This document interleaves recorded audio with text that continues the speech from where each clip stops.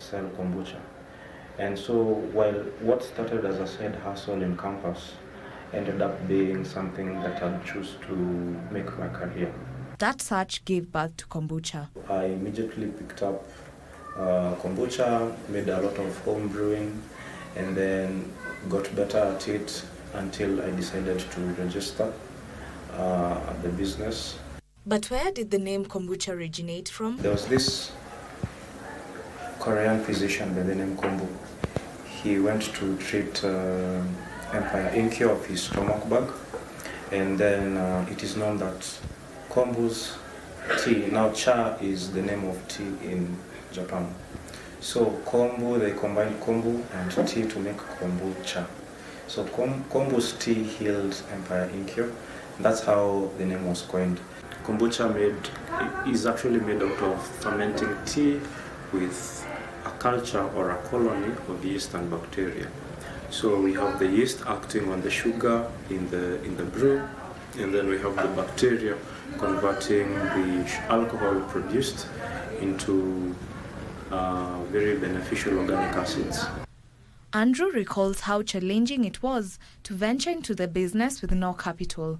All I had was the product. Since making at home is sometimes the benefits, one of the benefits of making kombucha at home is it's inexpensive. I just went and bought a bottle and opened up a Facebook page and just named it the name of the company, and then after a month I got my first client. He feels fulfilled knowing what he started as a side hustle has succeeded and that his product could help people facing health challenges. It has the ability to help people with constipation. It also helps boost your immunity. In some cases also it even helps losing weight.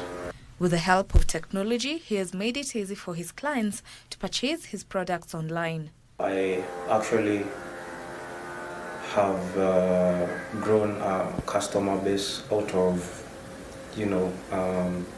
making a good product and then letting it sell, and then I get referrals one after another. In a world filled with trends, Andrew Wachira has forged his own path, driven by authenticity and a love for health. With a glint of determination in his eye, he knows that each batch is not just a drink, it's a connection, a spark of joy shared with others. Christine Matunda for KBC Channel 1, Young and Industrious.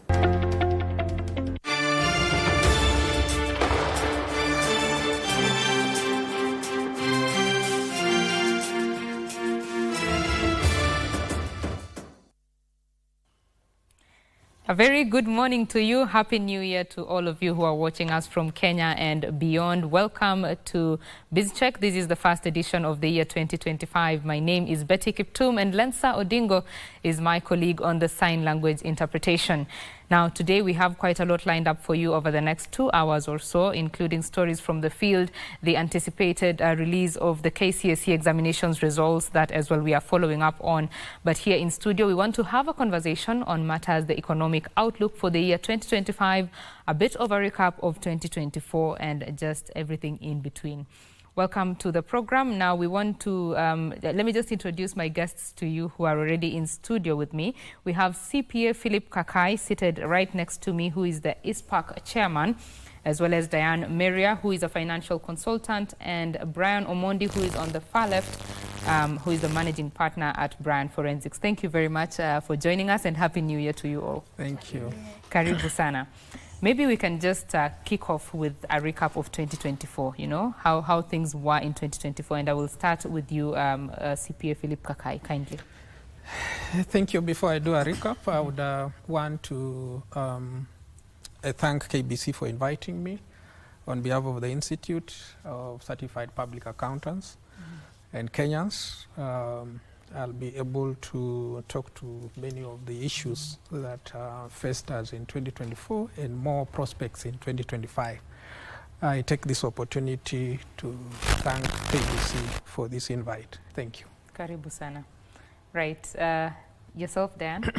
I'd like to thank KBC very much for actually inviting me. I'm just hoping to pick up from my colleagues as well as add my additional input on what has happened in 2024 and the general economic outlook in the coming year. Thank you very much. Karibu sana. Brian, a short intro. I also join my colleagues to say thank you so much for this invitation. I mean, the very first appearance in the year 2025. I thank you for the invitation. So, just like my chairman has said, many things have happened in the year 2024. And just to kickstart the conversation, I mean, the discussions around the world, and of course they are impacting what is happening in the country. If you look at, for example, the highlights from the World Economic Forum, they are meeting in the next 2 weeks in Davos, and under the theme of collaborating in the intelligent age. The discussions that are going on is that the world has been hit hard in the year 2024. If you look at the factors that contribute to a strong economy, for example, we are looking at the sectoral performance. We are looking at what is the performance of the manufacturing sector, the financial services sector, what is the performance of the infrastructural development, for example. The world leaders are saying that because of geopolitics, because of the global issues, economies in various countries, and especially developing countries like Kenya, were hit hard in the year 2024. Most importantly, the manufacturing sector. Globally, it was hit hard, and I'm going to get into the details on how Kenya as a country was impacted by the manufacturing sector, which plays a very critical role in the growth and development of the country's GDP and jobs. Right. Before I throw it to you, Kakai, we know that KNBS released their report for Q3 2024 just a few days ago. And we saw in that report that growth for July to September dropped to 4% from 5% in the previous quarter. It was actually the lowest number recorded in that year because the Q1 was 4.6%. And one of the sectors that growth was hampered in was the mining, quarrying and construction sector that saw a dip. And he just mentioned the issue of infrastructure development, slowing down across the world in the last financial year. So please give us your thoughts on this. I think my thoughts would be very clear on the mining and the mining sector generally. Yes. The Kenya National Bureau of Statistics report could be right, very right, because you look at it that we've not been able to do much in the mining sector. Of course, the government has made some effort in streamlining that industry, but not much has come out. There were, of course, some closure of certain mines in Marsabit, so that could also have brought down the issue of that sector going down. But you'll also realize that Kenya, we haven't really picked up that sector so well. And there are quite a number of places where we have gold, Migori, Kakamega, all the places in Marsabit, but we haven't really moved so well in terms of having a clear framework on how we move forward in that particular area. So that could be one of the contributing factors. So as we move forward, probably we may have some, hopes of moving the percentages a little bit higher. Yes.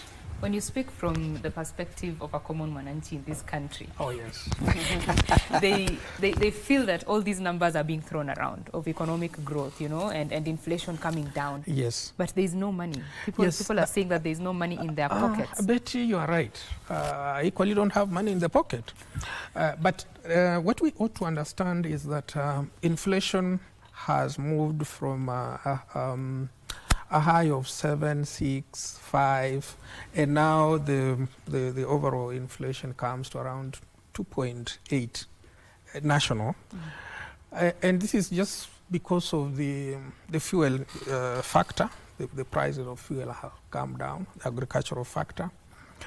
But for Mwananchi to get funds or money in the pocket, the government has to move forward and do a number of things. Like this year, my prospect is the pending bill committee should be done with the report, and funds that are tied up in the pending bills should be sent to the economy, of course, by paying the suppliers and paying all the pending bills. Money will come down to Mwananchi through such. But also government has taken a position of physical consolidation, whereby they have sort of brought in austerity measures. And government is a heavy spender. So once you adopt the austerity measures, it means that your public expenditure comes down. So little money comes down to mwananchi. So those two main factors, the pending bills, the physical consolidation, austerity measures, has made it a little bit hard to feel the impact. But the inflation rate coming down is just based on two factors. We had very good growth in agriculture, so food is slightly cheaper.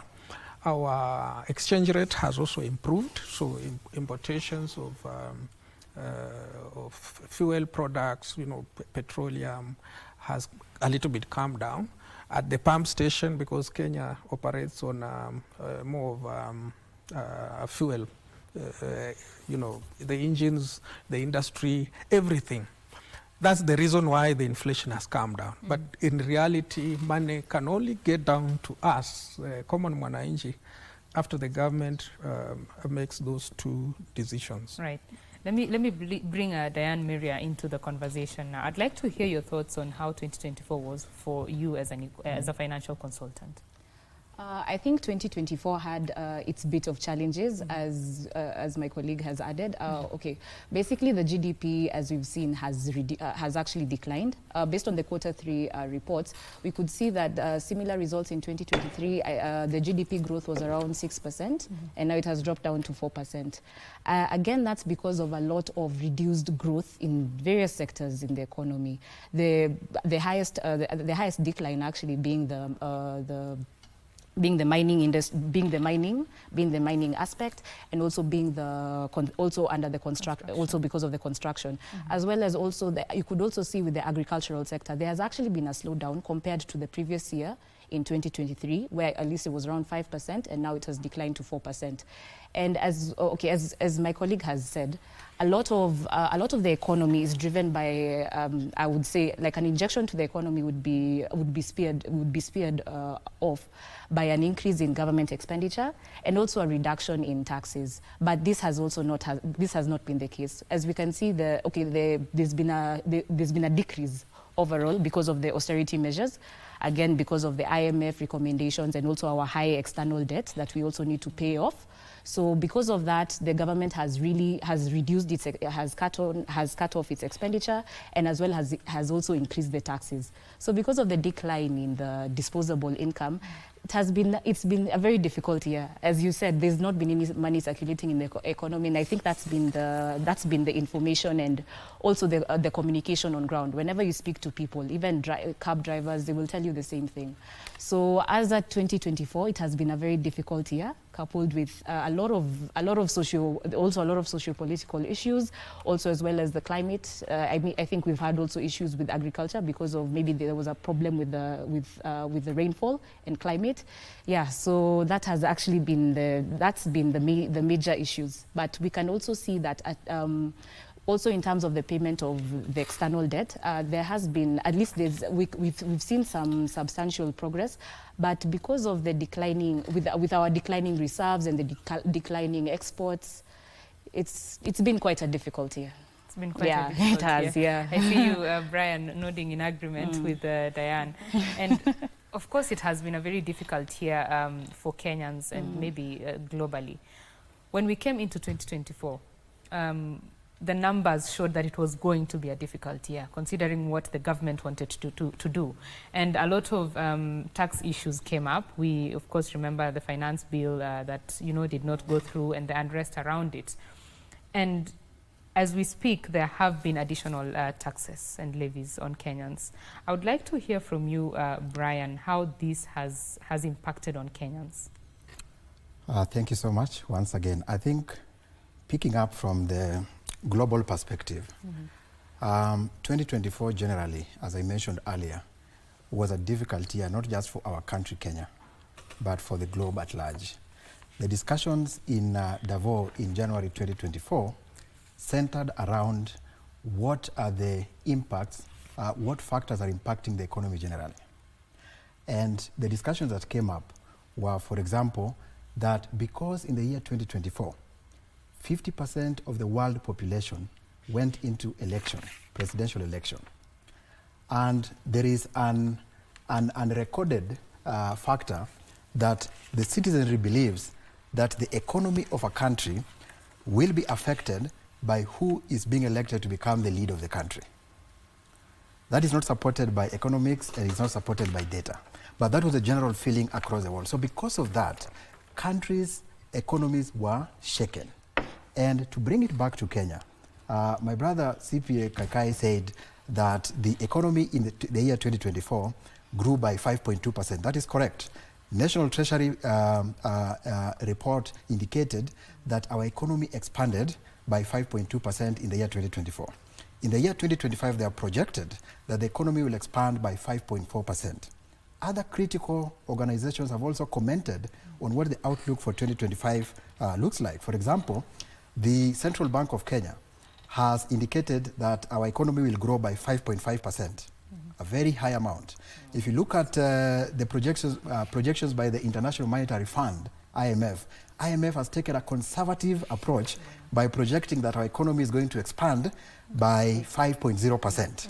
All right? So now, if you look at these indicators together, and you look at the drivers of an economic performance, as I said earlier, one, looking at the sectoral performances. They have talked about the mining sector, the transport sector, and I mentioned the manufacturing sector. Let me pick manufacturing sector and tie it to the tax policies. So for example, if you look at the country, our manufacturing sector represents 7.6% of the country's GDP and jobs. However, this sector also drives about 20% of the national's capital investment, about 65% of production and productivity and growth, and about 60% of exports. We all agree that in this last year, many companies have laid off people. Why have they done so? They have done so because the population, the purchasing power has become low. And since the purchasing power has become low, many people have been unable to buy the commodities, the goods and the services. And as a result of that, companies had to lay off people to ensure that they deal with the with the decline in demand. Now, because of that, the impact is taxes have reduced because of that. You saw many people going to the streets last year to demonstrate because of the government's decision to increase taxes. Businesses were affected as a result of that. And because of that, we see a scenario whereby, whereas the National Treasury has projected that this year we are going to have 5.4% expansion in our economy, it is still very difficult to confirm whether indeed that is what is going to be experienced. If you look at what has happened in the fiscal deficits, if you look at what has happened in the inflation rate, and if you look at what is happening in the sectoral performance of all the sectors of our economy. That is very interesting. I would like to hear your thoughts, CPA Kakai, on this, because the government has been trying to reduce borrowing. Yes. And at the same time increase the tax revenue, you know? Yes. So how can you achieve a balance in an economy where businesses are shutting down, laying off people, you know, reducing activity? How do you strike a balance here? Yeah, as we speak now, the public debt, you know, the borrowing, the domestic borrowing vis-a-vis the foreign borrowing is almost balanced, which is not so good because, again, it means you are crowding out credit for the private sector, including common mwananchi. You can't walk into a bank and get money to run a business. The government is borrowing more domestically than internationally. The issue of taxes we ought to pay, yes, but again, it ought to be a motivator, because whatever is collected, again, you will realize that Kenyans don't find a very clear direction on how the money is spent, corruption, among other things. So the government has a budget. It has to, of course, collect. The challenge we have at the moment is Kenya Revenue Authority is not able to meet its targets. So then the budget has to get into a huge deficit every year. And that's why you'll find various supplementary budgets coming across. Probably even in this month we may have supplementary too, just to review the priority areas. But where do we spend even after collecting? Because we have to spend where they can be improvement, there can be job creation. Of course, the government has talked about housing levy and how it has an impact on employment and how it has an impact in the manufacturing sector, for example, cement and all that, but it hasn't picked up. So I'm looking at 2025 in a situation that the processes that happened in 2024 may solidify in 2025 so that we have some stability in the economy. But remember, with our many demonstrations across the nation, again, it sends away investors, if there are any. Of course, there is the right in the Constitution to do all you have to do, but again, stability of a government matters a lot to the stability of the economy. And I would give an example of, we had the handshake government, we had demonstrations, but when the handshake government came in, under former President Uhuru, there was stability in the economy. Now, this one we have the broad and probably broad-based government, but we are yet to see the stability as we go forward after the demonstrations in June 2024. So I'm hoping that as we finalize stabilization of the government, then there would be some good prospects going ahead. But public debt seems to be the biggest thing we have, and we have to face it because, again, we have to service a very heavy debt level, and yet our collections are not really good. Right, yeah. We shall be delving into that in just a little bit, and Diane, getting your thoughts on matters public debt. But now we want to take you to Mtihani House, where the anticipated release of the KCSE results is ongoing there, and our very own Joseph Wakungu is on the ground. We'd like to just get an update on the preparation for the KCSE results release. Wakungu.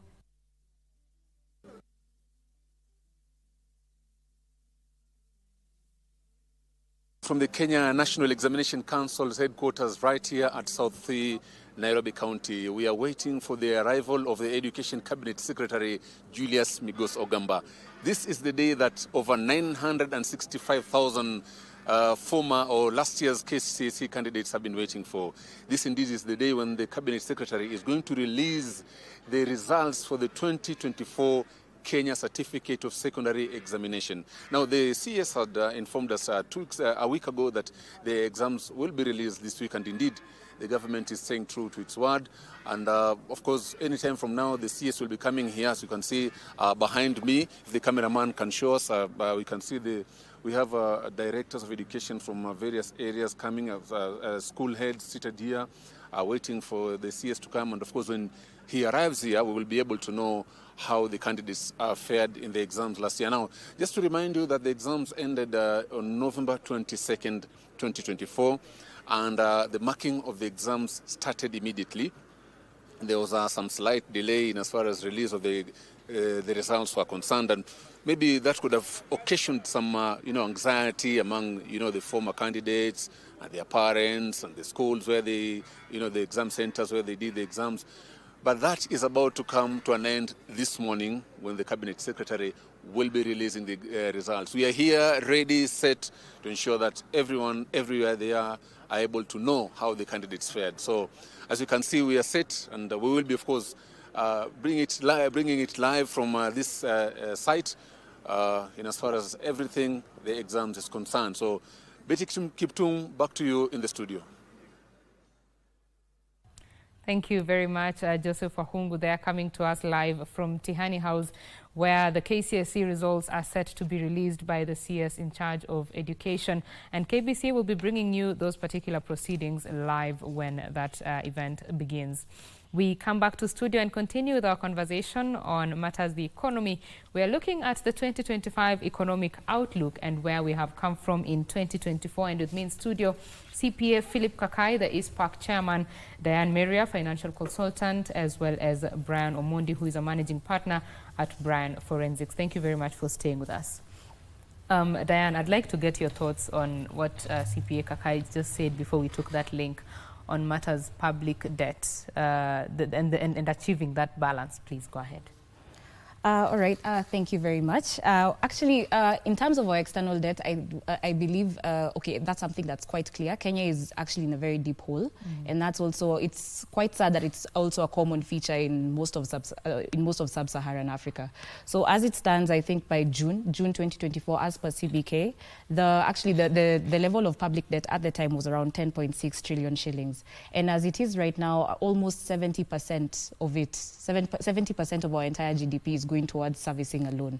So if you think about it, even in a personal aspect, if you're running a business or if you have your pay slip and 70% is dedicated towards debt, at what point will you be able to, and let's say you also have recurrent expenditures, there are also a lot of leakages in the recurrent expenditures, and you're also supposed to develop. At what point will we ever meet that balance? Will it be in 10 years? Will it be in 5 years? Will it be in 20 years? It's quite difficult to actually put a figure into it. So I know actually as per the medium-term debt strategy, our aim, actually our cap, our benchmark is around 55% in terms of the level of the level of debt against the GDP, and IMF recommends 50%.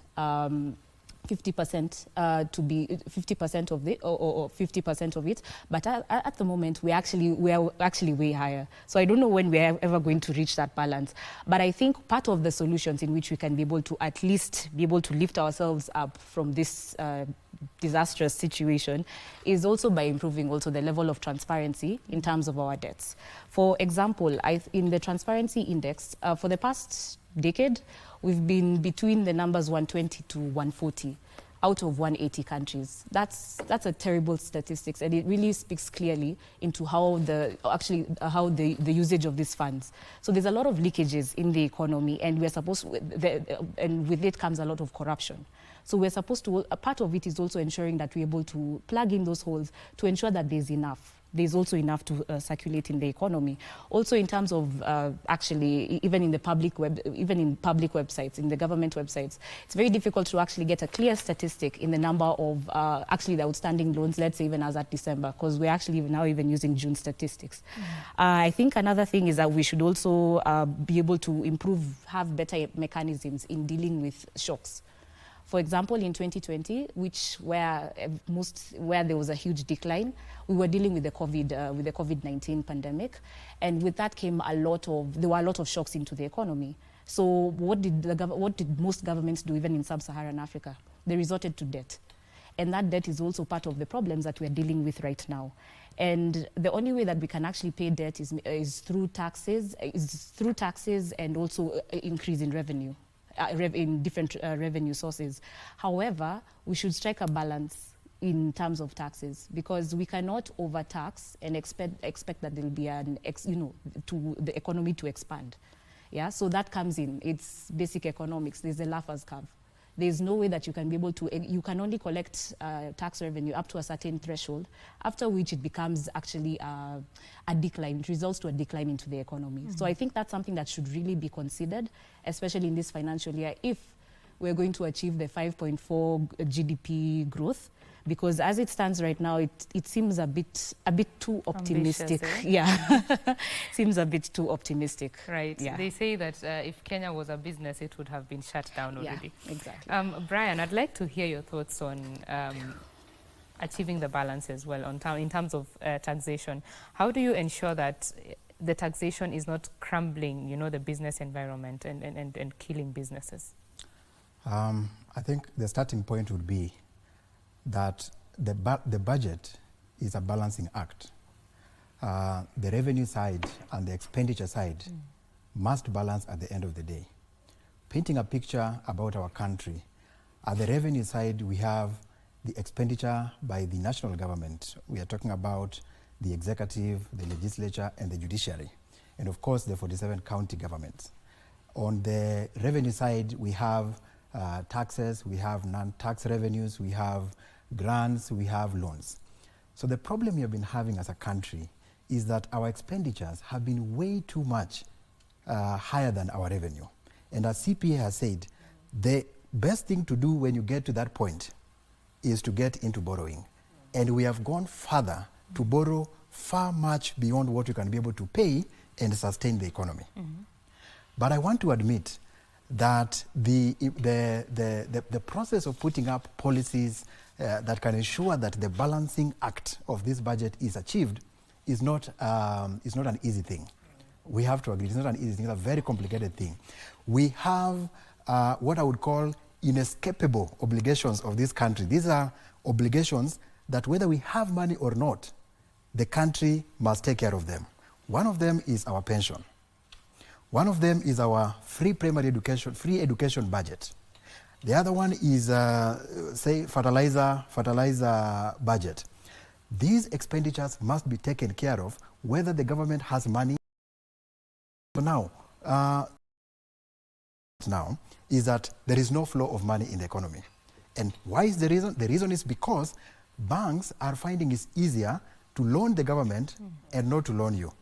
Because banks for you to repay your loan when you don't even have money in your pocket in the first place, all right?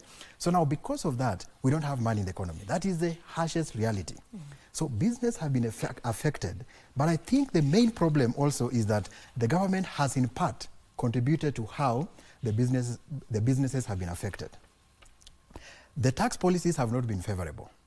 They keep on adjusting tax policies. So investors cannot be able to plan in the long term to ensure that there is sustainability of running their business in the long run. As I told you earlier, I practice both in Kenya here and Rwanda. In Rwanda, every time and again, President Paul Kagame, for example, keeps on saying that small and medium-sized businesses are the backbone of the Rwanda's economy. And the priority of the government is to ensure that they do whatever it takes to ensure that businesses are supported, that the policies that businesses rely on to operate are steady and consistent. And because of that, we have seen an economy that is growing very fast. We have seen an economy that is predictable. And the sectoral challenges that we are currently facing in Kenya are partially being dealt with as a result of proper policies. So taxation is a big problem, and it is because of continuous change of the tax regulations and policies, and the fact that the biggest problem, which is government expenditure, is something that the country is struggling with. In last year, for example, there was 340 billion deficit in our national collection. And on June 28th, President William Ruto came up with what he called the austerity measures on how government expenditures are going to be regulated. Our chairman said earlier that the biggest problem in this country, and especially last year, has been fiscal consolidation.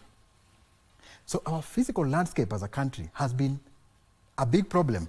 Let me give you a few statistics about where the government has totally gotten it wrong, and some economies have tried to capitalize on that, and we have seen growth and sprout in those economies. In this country, 46% of our budget goes to the payment of salaries of public servants, including my chairman here. Our public servants are about 1 million individuals, all right? So in a population of about 56 million, if 46% of the budget is going to pay salaries of 1 million shillings, even if we don't go to other statistics and schedules that you get from the National Treasury, there's a problem there. And these are the problems that now leaders should sit down and address so that we can see our economy moving from one stage to another. I still believe there is hope in the year 2025, but there needs to be a paradigm shift from the leadership level on how things are going to be done at the economic level, coming down to the people. Thank you. Interesting. I'll throw it to CPA Kakai. Of course, he has mentioned quite some pertinent issues there. And what does the journey look like in terms of fiscal consolidation? How can we get there? My thoughts are very straightforward on how we should get there. And like he mentioned, Brian, it's a long journey. It won't happen in 1 year, 2 years, 3 years, because we've taken also years to be where we are. Yeah. We borrowed subsequently. But one of the key issues is the government can come up with what we call a stimulus package to stimulate the economy, you know, get the people have the money. The central bank, through its monetary policy, should be able also to manage in a way the exchange rates for giving people credit. Of course, that is also determined by the government borrowing domestically, and it also has a lot of effect. So if we were to manage our exchange rate, interest rate, sorry, it would allow us to have the common mwananchi borrow, industries borrow, and it will come down to the common mwananchi is benefiting. But also the most important one is the wage bill. We have a huge wage bill, both at the county government's level and of course the national level. The consolidation fund services is the key area that you must pay. So there are certain things you have to do, but mostly I would really propose that if we are able to reduce domestic borrowing, that would help us. But we are in a hole, Betty, I will be honest with you, we are in a hole, and it will not take us 1 year or 2 years to get out of this. In other different shows in 2020, 2021, I said it didn't matter who wins the elections in 2022. The problem would still be there because we were already in a hole. And luckily enough, we were able to pay the Eurobond, of course, using borrowed money again at a higher rate, but at least we didn't default like countries like Ghana who did. So we are, the projections are good, but we have to tighten our belts even more. That is what I would really put across. But this is not just a case of Kenya only. It's across sub-Saharan Africa, and most of the countries are facing the same problem. Talk of Ghana, talk of Zambia. All these countries have these problems, but we have to find a way and a balance in the way we move forward. But again, we are not living in isolation. Some of these issues are effects of the world economics, world politics, and all that. For example, the ACOA agreement with the US and all that, it's coming to an end. There is even the fear that with the new president of the US, that may be scrapped off. It's an opportunity to export. But then it's just our prayer that he may be able to extend some of these opportunities Africans have. Of course, we've seen the government making a lot of effort in exporting Kenyans to other countries. We foresee, although it may not be a big percentage, probably diaspora remittances coming through as we go by. But we have to create our own economy, create structures so that employment is here, so that the pay as you earn here is sufficient enough to run the economy. On tax matters, we as an institute pushed so much and participated fully in crafting the national tax policy that was adopted by Parliament. But we see a lot of uncertainty in the tax regime. Today, we are changing this. The next day, we are changing this. So you'll find that if you are a business that is getting into a heavy investment for, let's say, a manufacturing business of, let's say, give an example of a cement factory, which starts recouping well after 5 to 10 years. And in between, we've changed the tax rates, and regime has changed so much to a level that then this particular investment cannot be achieved. I foresee a situation where we should have some certainty in taxes. Who said that we must have a finance bill every year? I mean, if we are able to plan well, and we know very well that the tax rate will be this for this particular number of years, and we can only change a few laws to give the business environment a better way, you know, it would be fine. We don't have to run every year. This is a new finance bill. This is a new, but if the taxes are certain, then the future is better. Of course, there are many levies, and ISPAC has been really very clear on this, the question of taxing gross income, you know, PAYE on gross income, SHA-SHI on gross income, housing levy on gross income. So at the end of the day, of course, the new tax amendment bill has brought in a little bit of safeguards a bit, but still the percentages are so low. So, and I keep saying this and I'll keep saying it, that the worst thing in Kenya is to be employed, because you are the first target. If there is any levy, any tax, and you have no way to run away from it, because you're supposed to pay. So I simply say, if we can have a certainty in tax laws that don't change every year, then we would be on a good journey. But I will never miss to say this, it will take us years. It will take us years to get there. Yeah. It is, I think when you say that Kenyans should tighten their belts even more, I'm not sure that is the message that most Kenyans are looking for. But yeah, we still have to tell the truth anyway, based on how the numbers look like. Yeah. When you talk about matters of labor export, a lot of talk on both the streets and the social media streets are that we need the jobs to be here in the country. Yes. And for those jobs to be created, there has to be, they have to enable the business environment, you know, to support these small businesses that are the biggest employers. So I'd like to get your thoughts on these, Diane, on creating employment locally and what the government can do to support small businesses. Thank you very much. I'll echo what the chairman here has said. We first of all, we do need to create a very stable business environment that's very conducive to one, starting businesses, and also the continuity of businesses.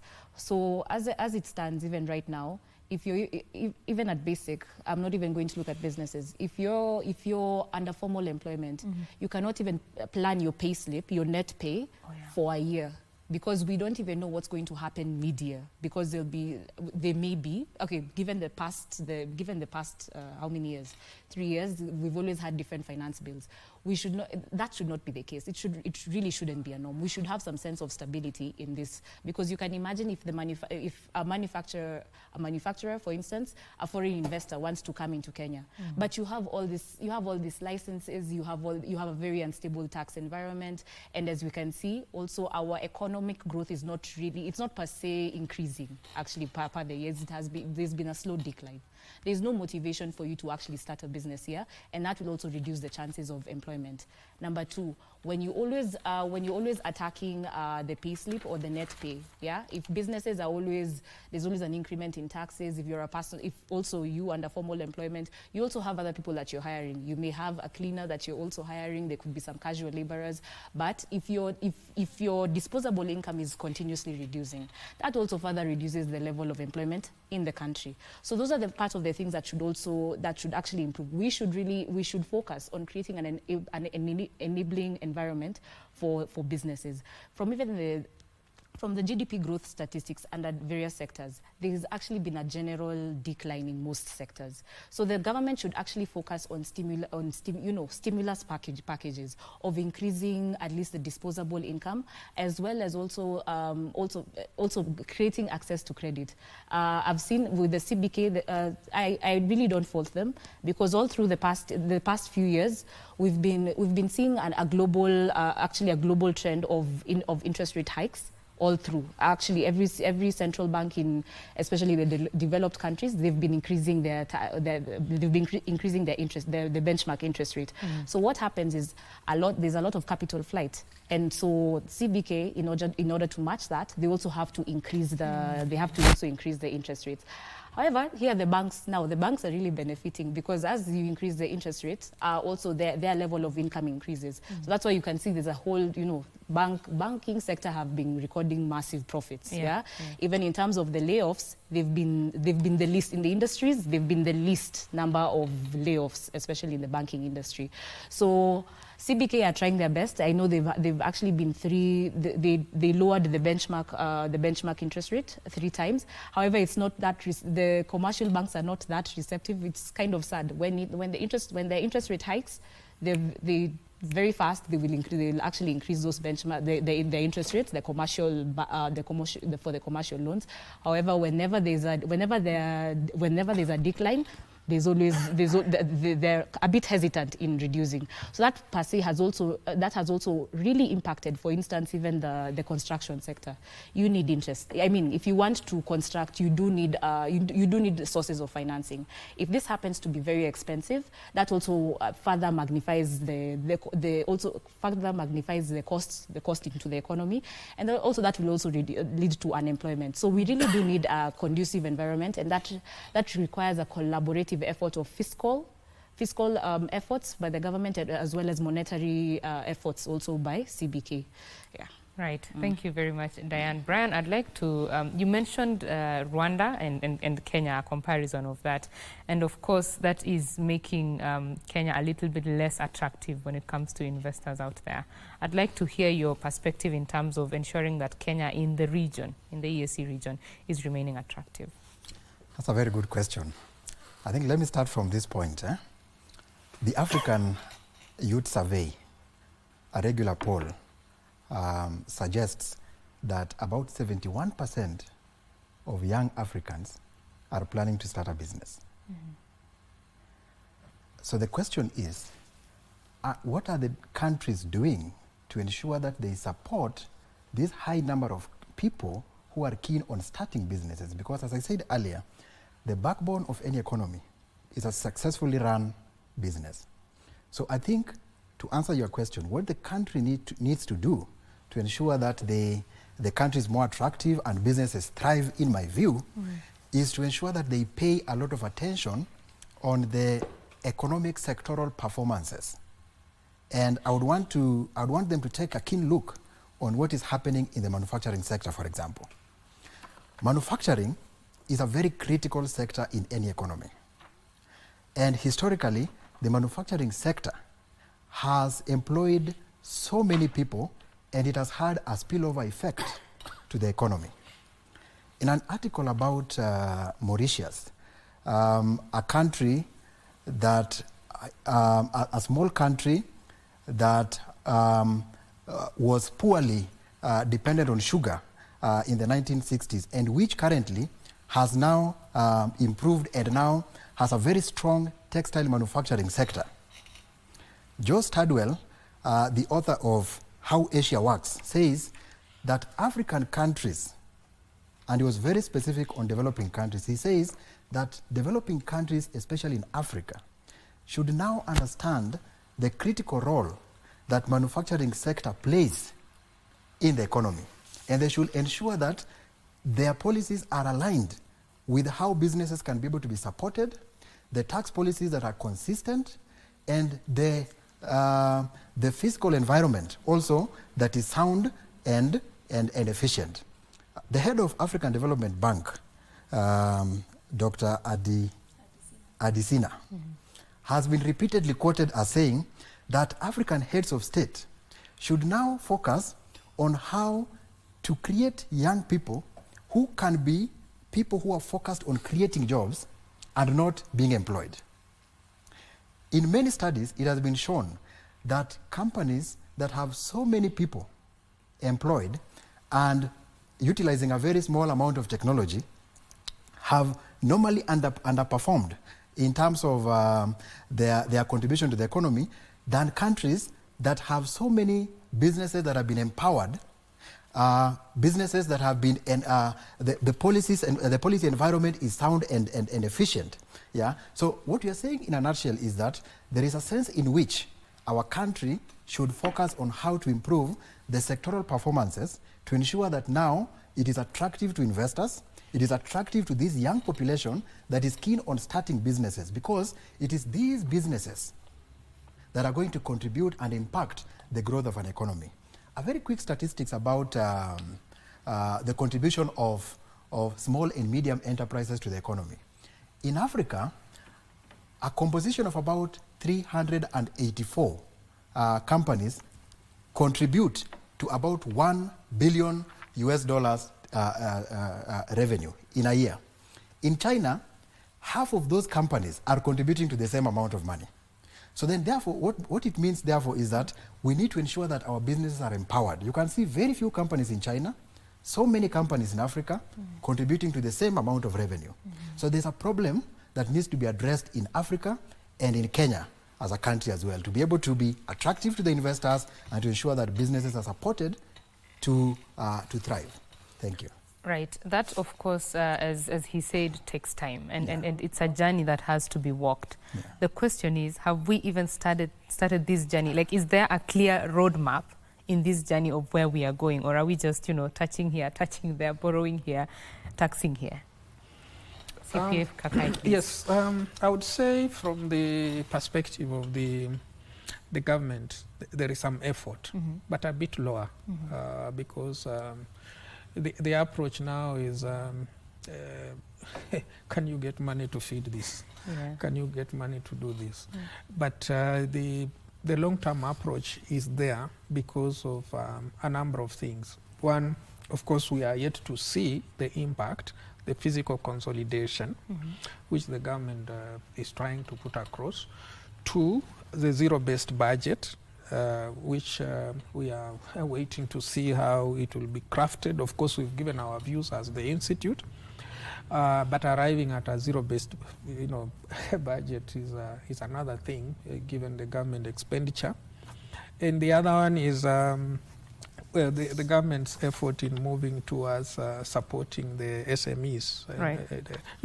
That could bring up the economy a little bit. Right. Let me just stop you there. Okay. You'll give us, an expanded version of that answer in just a little bit. We need to pay some bills. We take a quick break here on BizCheck. When we come back, this conversation continues. Do stay with us.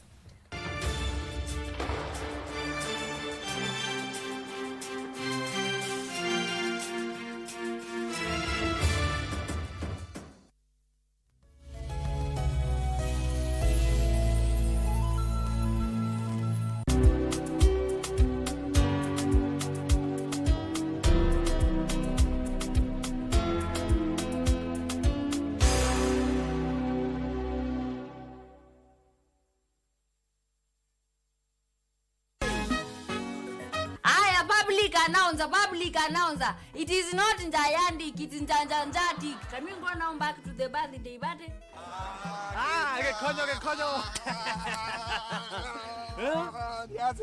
Yaani tuseme kukiwa na sherehe huwezi sherewa. Nachelewa mchinjiwe na nani? What nonsense is this? What nonsense is this? Shauri yao. Shauri yao. Okay, so we go out, and then we return to my house. Deal? Yes, deal. Daima mimi huwapa langoni na linda. Hawa wenzako wapeleka wapi watu wasiokuwa na hatia lakini wamemudhi kiongozi wako? Utakapojaribu kuondoka, utakivunja moyo kisiwa hiki chote. Kwa nini? Wewe unaona ni sawa?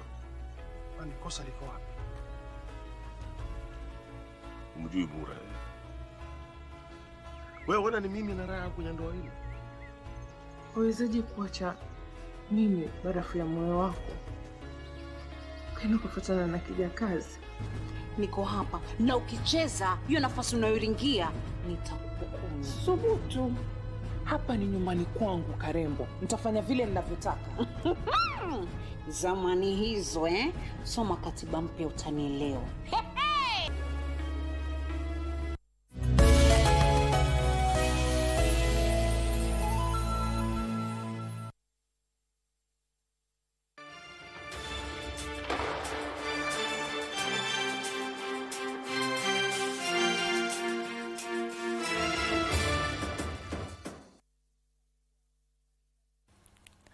Thank you for staying with Channel 1. You are watching BizCheck, and we are now in the second hour of the program. My name is Betty Kiptum.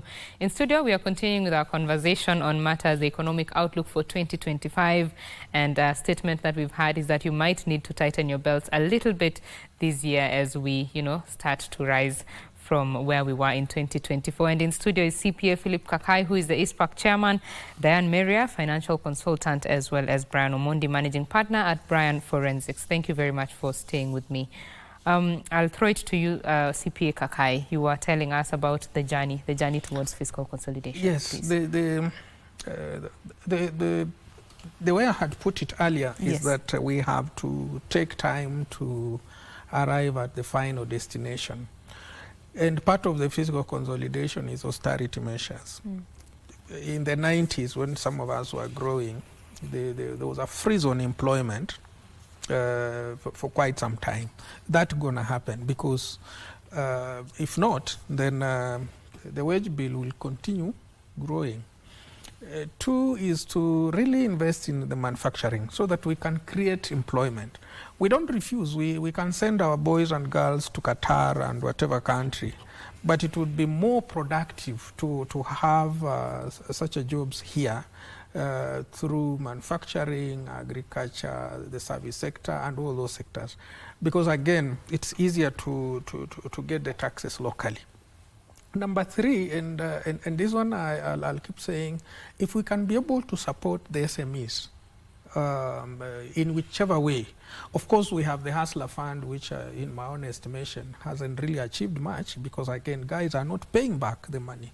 So it becomes another domestic debt that getting it back would be another issue.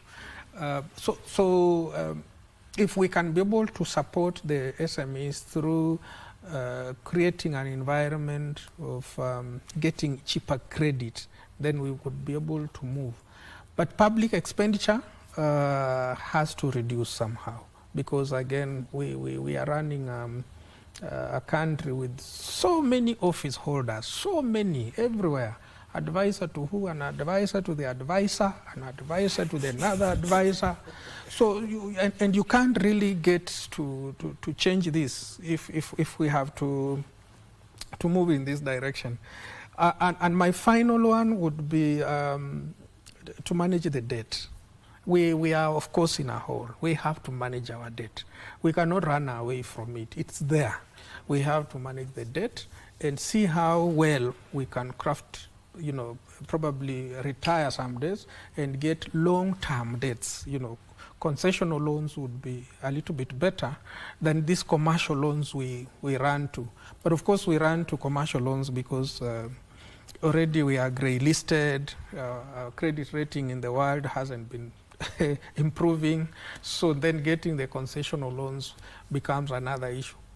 And I've always talked about the IMF conditionalities. Some of them are not as favorable to the local economy because whatever they prescribe to us sometimes doesn't really work.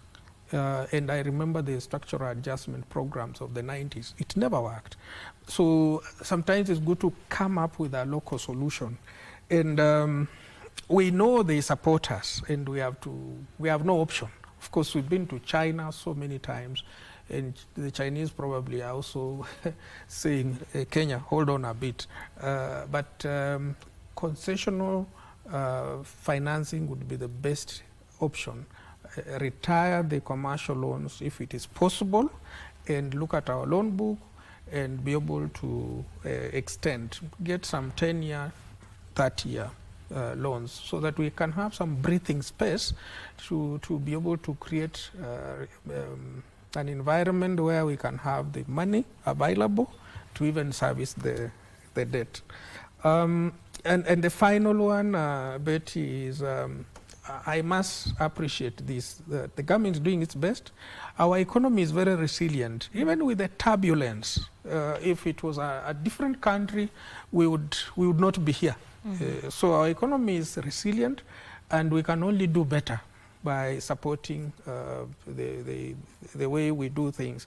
But we must change also our way of doing things, because at the end of the day, when you look at, we have very good institutions, the Commission on Revenue Allocation, we have very good institutions, the SRC, Salaries and Remuneration Commission, we have the National Treasury, very good institutions, very good brains, good reports. The question that I put to everybody in Kenya is, do we ever implement these reports? Because implementation is another thing. And I'm told, and I've learned, that some of the very good reports that are done in Kenya are picked by other countries, Botswana, Rwanda, he has talked about it, and they are implemented there, and the results are wonderful. So implementation of some of the reports could also just be something we have to really look at. Thank you. Thank you. Diane, your thoughts on fiscal consolidation, the journey there? Okay. Thank you very much. For our journey towards fiscal consolidation, as you can see, we are in a very deep hole. That's also a common feature in actually most of the sub-Saharan countries, which is quite unfortunate. However, as he said, there's actually, in Kenya, we do have a huge gap between what we've put in place in terms of the strategy and coming in terms to now the implementation. For instance, we've had the medium-term debt, debt strategy that was actually put in place last year.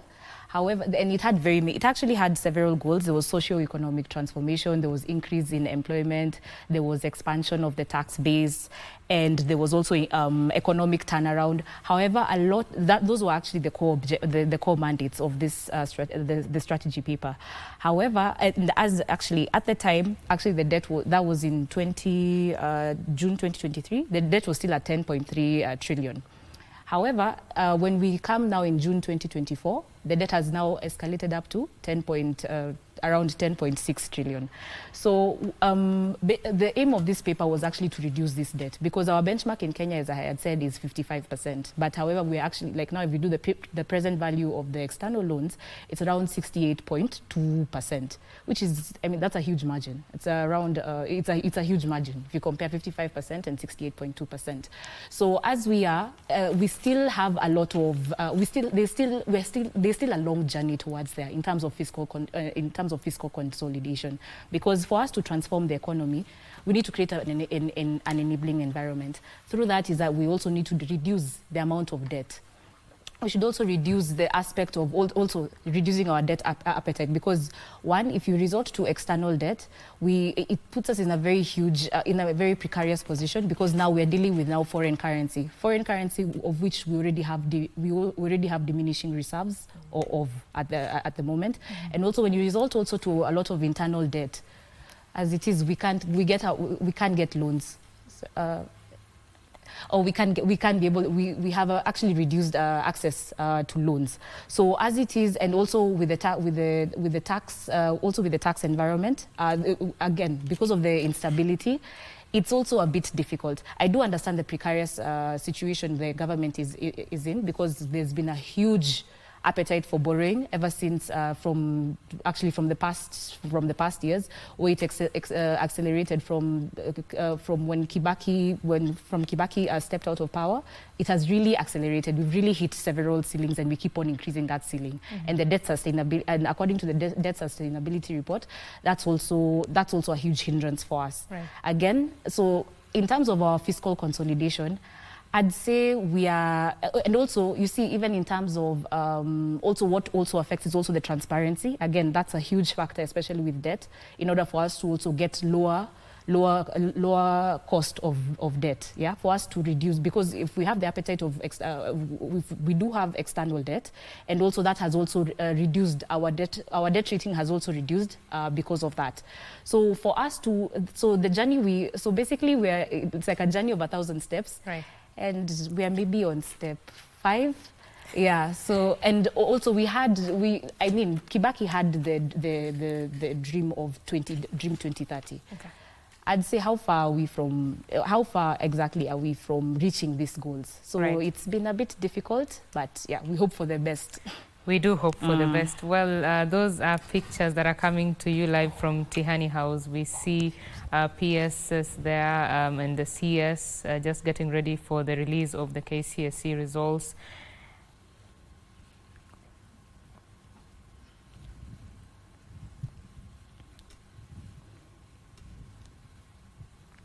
Right, those 965,000 candidates, or rather 965,501 candidates sat for that examination, and of course they are all holding their breath waiting for the results of their KCSE. Let's listen into the national anthem as that event begins.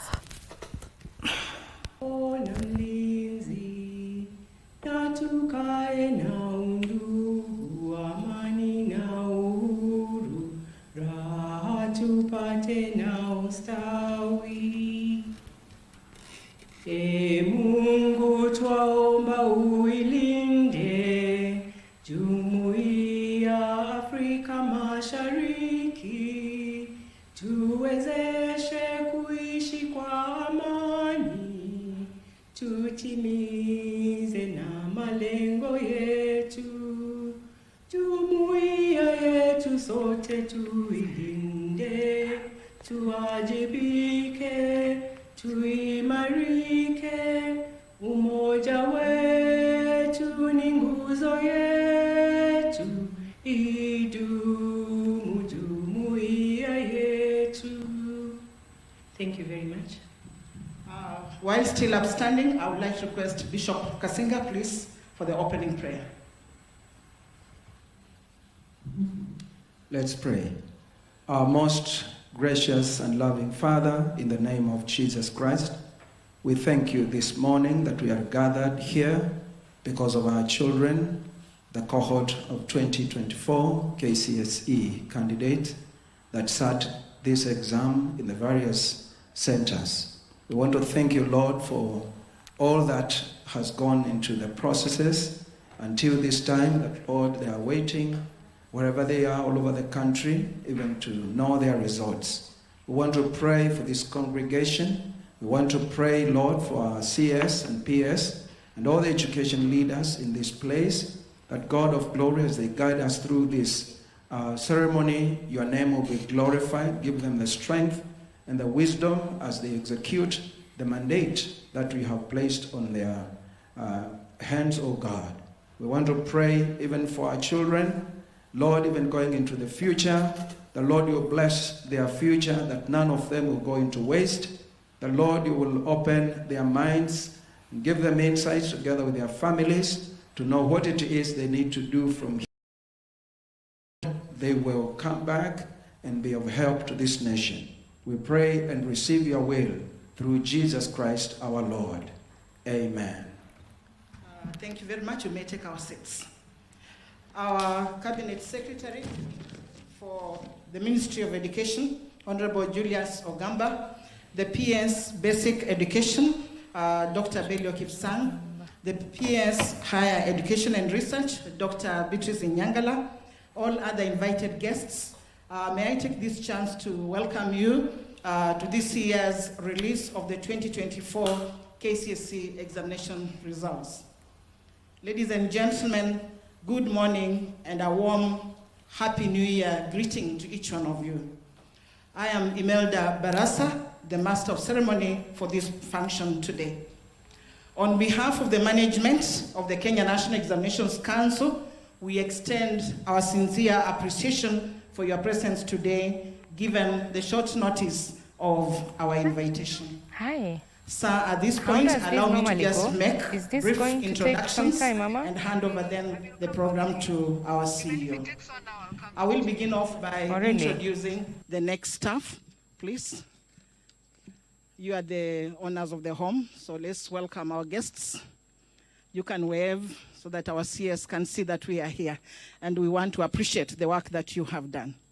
In our midst, sir, we've invited quite a number of guests, and I'll begin off by introducing the CEOs of the sagas. We have Mary Kiboy, the principal, Nyeri National Polytechnic. She's in our midst. Thank you. We have Mr. Mukwe from the Ministry of Interior, Gao Coordination. We also have Mr. Etiang, the Assistant Inspector General, Ministry of Interior. Thank you, sir, and welcome. We have Dr. Kirika, the Acting Regional Director of Education, Nairobi. He's in our midst. Within us, we also have Mr. Mwaniki, the Managing Director, Jomo Kenyatta Foundation. Thank you. We're moving on. We have Mr. Julius Arito, the Managing Director, Kenya Literature Bureau. With us, we also have Mr. Njogu James, the Secretary General and CEO, NATCOM. We also have Ross Ete, the CEO, Kenya Private Schools Association. Sir, with us, we also have the Chairman, Kenya Private Schools Association, Mr. Charles Ochome. We have the Chairman, Kenya Secondary Schools Heads Association, Mr. Willie Kuria. Sir, with us, we also have the directors from the Ministry of Education, and I will not introduce them. I'll request that later they can be introduced. Sir, we invited quite a number of guests, and we also have Mr. Odundo, the director, Dr. Odundo, the director, KEMI. At this point, sir, I just want to welcome all of you for this function, and I know Kenyans are awaiting the release of the results. Something unique about the candidates this year is that 2024 is that this is a group that was affected by quite a number of factors, ranging from COVID. We then had the floods, and we had quite a number of natural calamities that affected them. So today, they must be viewing us, and they are joined by their different parents, guardians, sponsors, and teachers, including principals who are anxiously waiting to receive their results. Sir, without much ado, allow me then to welcome the CEO of the Kenya National Examinations Council to make his remarks and run the rest of the program. Ladies and gentlemen, please welcome Dr. David Jengere with a round of applause. Thank you, sir, and talk over. Thank you very much, Imelda. The Cabinet Secretary, Ministry of Education, the Principal Secretary, State Department for Basic Education, the Principal Secretary, State Department for Higher Education, the representatives of the Ministry of Interior, National Police Service, DCI, the chairperson of the Kenya National Examinations Council Board, council members, fellow CEOs, representatives of the associations Kesha, Kati, and Kenya Private Schools Association, staff from the Kenya National Examinations Council, members of the Fourth Estate, all invited guests, ladies and gentlemen, good morning. On behalf of the management of the Kenya National Examinations Council, I take this opportunity to welcome you all to this ceremony, which marks the release of the 2024 KCSE examination results. As Imelda has said, it is worth noting that the candidates whose results we are releasing today sat their KCPE examination in March 2021, being the first cohort whose examination calendar was disrupted by COVID-19. We therefore commend them for their resilience this far. A total of 512,000 candidates registered for the KCSE examination, recording an increase of 7.19%. CS, the last time we had such an increase, I think, was in 2020. I wish to commend all the center managers for the efforts they made to ensure that all candidates registered within the stipulated time frame. Assessment of the candidates started in January of 2024 with projects for agriculture, art and design, woodwork, metalwork, building construction, and computer studies. Field administration of theory papers and practicals was successfully undertaken between Tuesday 22nd of October and Friday 22nd of November 2024. During this period, 10,754 examination centers that had registered candidates were served from 610 distribution centers across the country. Double collection of first and second session papers was successful, and this helped to eliminate the challenge of early exposure that a few centers used to engage in. So I wish to commend Kesha for having supported us in this innovation, because CS, I can confirm to you that last year and this year, we didn't have a single case of early exposure of the second session paper. This innovation also necessitated a change in the timetable to have one session administered in the morning and the second session administered in the afternoon. This allowed the candidates adequate time between the two sessions, unlike in the past when they only had 1 hour between the two sessions. A total of 125,000 contracted professionals were engaged in the field administration process. They included officers from the Ministry of Education, Teachers Service Commission, and security officers, center managers, supervisors, invigilators, and drivers. Allow me, CS, to thank this team for dedicating their time and sacrificing, sometimes in situations that were very challenging, especially when we had rains. Thereafter, the Council engaged 30,370 examiners for the marking of the examination papers in 40 marking centers. I applaud all the examiners for their professionalism and commitment. CS, allow me to shift focus to the 2025 examination and assessment cycle. This year, KNEC will administer KCSE to the third cohort of the competency-based education and the Kenya Junior Secondary Education Assessment to the first cohort that has just joined grade 9. We will also administer the Kenya Pre-Vocational Level Education Assessment to an estimated 5,306 candidates with special needs who are following the stage-based pathway of the competency-based education.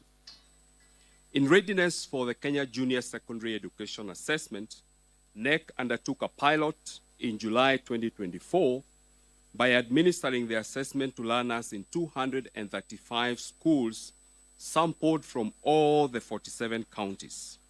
The pilot findings were used to develop the assessment blueprint that will be used for this level. I wish to inform everyone that KNEC has developed and uploaded sample papers for the Kenya Junior School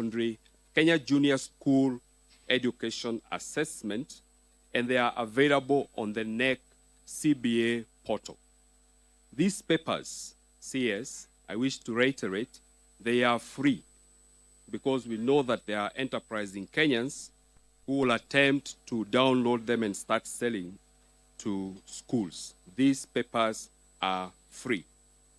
KNEC will also be sending an online questionnaire to the candidates of the Kenya Junior School Education Assessment through their schools to elicit feedback on their interests and personality, which will form part of the crucial information that the Ministry of Education will use to guide in their placement in senior schools in 2026.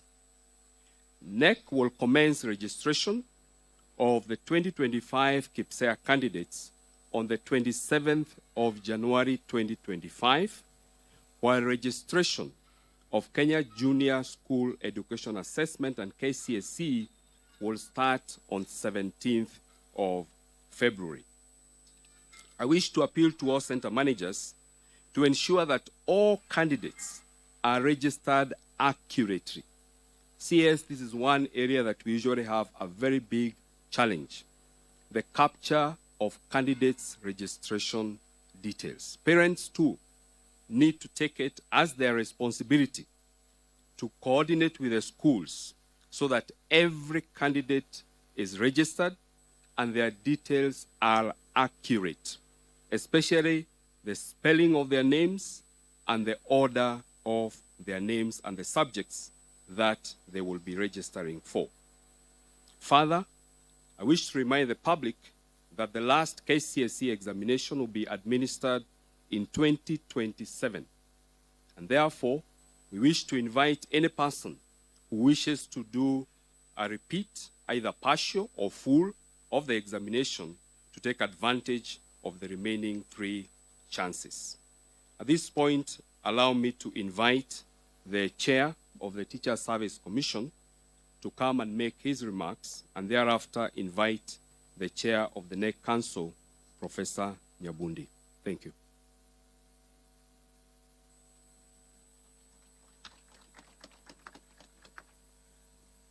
Thank you. The CS, the PS is present. Allow me to ride on the established protocol. Ladies and gentlemen, good morning. Good morning. Happy New Year. Thank you. Let me start by saying it's an honor to start before you to mark this significant occasion, the release of 2024 Kenya Certificate of Secondary Education results. Ladies and gentlemen, I take this opportunity to express the Commission's deep gratitude to our teachers who supervised, invigilated, and marked the examinations. Their commitment and diligence ensured that the entire process was conducted with the highest standards of integrity and fairness. Your efforts, teachers, have been instrumental in ensuring that the exam was done well. The 2024 KCSE was conducted between October 22nd and November 22nd, marking a significant milestone for our learners. Today's results are not just numbers, they represent the culmination of months of hard work and dedication by learners, supported by teachers and parents. To the candidates, we congratulate you on this achievement and wish you success as you transition to the next phase of life. On behalf of the Teacher Service Commission, we commend the Cabinet Secretary for leading the sector and coordinating interministerial team that ensured this critical milestone is realized. To the candidates who will receive their results today, I wish you success in your future endeavors. Remember, this is not the end of your journey, but a stepping stone to the next phase of your life. Ladies and gentlemen, as a commission, we remain committed to addressing the challenges facing the teaching service, particularly those related to teacher shortages. Through the support of the national government, we have recruited 76,000 teachers over the past 2 years to strengthen the implementation of CBC. Of these, 20,000 teachers are teacher interns who have reported to the schools, junior secondary schools, this term, marking a significant milestone as grade 9 learners begin their academic journey this week. Notably, the 20,000 interns are strategically targeted to increase the number of science teachers, a critical area in advancing STEM education. This focus is aimed in equipping our learners with the skills and knowledge necessary to thrive in a dynamic and technologically driven world.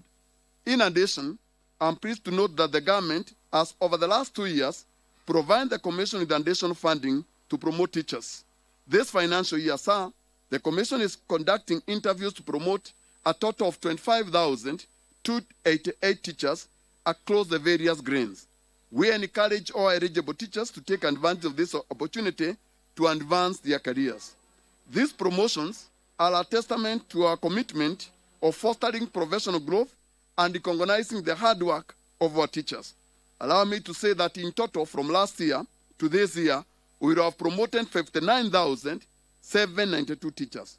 Ladies and gentlemen, the Commission also continues to prioritize capacity building of our teachers and development. To date, we have already done 292 primary school teachers retooling, as well as an additional 60,000 junior secondary school teachers were trained to support the junior secondary schools.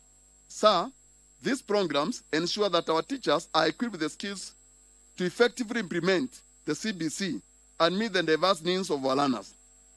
These efforts underscores our commitment to ensuring that the learners in public schools receive quality education. Ladies and gentlemen, as I conclude, I wish to reiterate the Commission's gratitude to all the teachers for their invaluable contributions, not just in preparing candidates for examinations, but also in nurturing and shaping the future of our nation.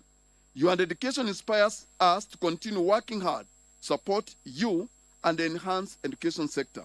Together, let us try to provide every learner in Kenya with the quality education they deserve. God bless you. God bless Kenya. Thank you. Welcome, please. Let me welcome the chair of KNEC. Please, let's bring our hands together to welcome the chair to make his remarks.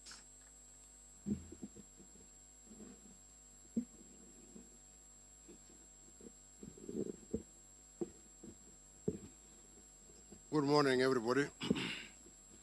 The Cabinet Secretary, Minister of Education,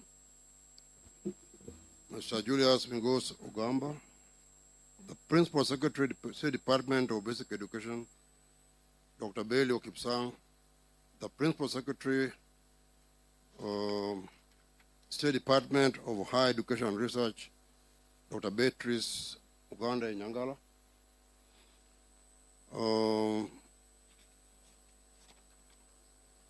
council members of KNEC present, CEOs of other government agencies, directors from the Ministry of Education, TSC directors, center managers present, representatives from security agencies and other ministries, representatives from religious education boards, staff of the Kenya National Examination Council, members of the press present, all invited guests. Good morning once again. It's my pleasure to welcome you all for this official release of the KCSE examination results. Cabinet Secretary, sir, allow me to start by introducing KNEC members present here today. This is a very heavy council, and my first and most important member here is none other than my PS, Dr. Bailey Okipsang. Next member present is Director of KCSE, Professor Charles Ongondo. Then I have Director Quality Assurance and Standards from the Ministry, Madam Evelyn Owoko. I have a representative from National Treasury who is not here now. Who is he? Mr. Peter Njoroge. We also have, in absentia, the TSC CEO, Dr. Nancy Machari, represented here today, and we also appreciate the presence of TSC Chairman. Ladies and gentlemen, the Kenya National Examination Council is mandated to conduct school and tertiary assessments and examinations and certify learners on their achievements. The Council is committed to upholding the credibility of national examinations. This is enshrined in our mission statement of quality education assessment and credible certification. I wish to thank the government of Kenya for providing KNEC with resources through the Ministry of Education that enable us to successfully administer national examinations. As a council, you have taken up the responsibility of ensuring that these resources are efficiently utilized to deliver credible national examinations. At this juncture, I would also like to express my gratitude to the Cabinet Secretary for Education, Honorable Migos Ogamba, for the leadership he has provided to ensure that our team delivers on NEC mandate. Your continued support, sir, is beneficial to the candidates and the council. Ladies and gentlemen, as has been mentioned by the CEO of NEC, NEC carried out a pilot study of the Kenya Junior School Education Assessment in preparation for its rolling out this year. I take cognizance of the immense support accorded to us by various education agencies during this exercise. And this is important because we're going to do it for the first time. I urge all stakeholders to ensure that all processes related to the inaugural administration of these assessments are carried out smoothly. Ladies and gentlemen, today we present to you the results of the 2024 KCSE candidates. I take this opportunity to appreciate the candidates whose results we are releasing today. Similarly, I thank the center managers, supervisors, and all field officers for their diligent service and for embracing the innovations that were put in place this year and administering the 2024 KCSE examination successfully. I think I need to mention that one of the most significant innovations was that of having examination scripts without names, numbers, or schools. I believe it helped to enhance our integrity. The double pickup of examinations was important to us. We will continue to put in place steps that will further enhance integrity of the exams. And as we appreciate all the center directors, center managers, we also wish to encourage them to be more diligent in ensuring that there is no interference with the exams in any manner that would affect integrity of examinations. So to that extent, I take the opportunity to thank you for presiding over this occasion, Cabinet Secretary. At this juncture, allow me to invite the CEO Teacher Service Commission, who's already done his job. But then I want now to invite the Principal Secretary, State Department of Basic Education, who will then invite all his colleagues at his pleasure. Thank you very much. Asante sana, Chair. Our Cabinet Secretary, Migos Ogamba, my colleague PS Patrice Inyangala, the Chair of our Council, the CEO, our representative for this CEO Teacher Service Commission, Antonina. Good morning.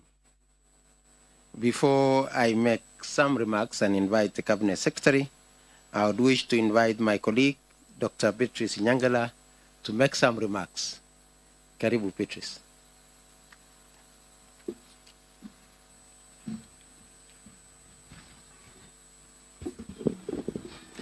Our Cabinet Secretary for Education, Honorable Julius Migos Ogamba, my colleague PS, Dr. Belio Kipsang, the Chairperson of the Kenya National Examination Council, Professor Julius Nyabudi, the Chairperson of the Teacher Service Commission, Dr. Jamlek Muturi, the CEO of NEC, Dr. David Jengere, NEC Council members, senior officers from NEC, the Ministry, and the Teacher Service Commission, members of the Fourth Estate, distinguished guests, ladies and gentlemen, good morning.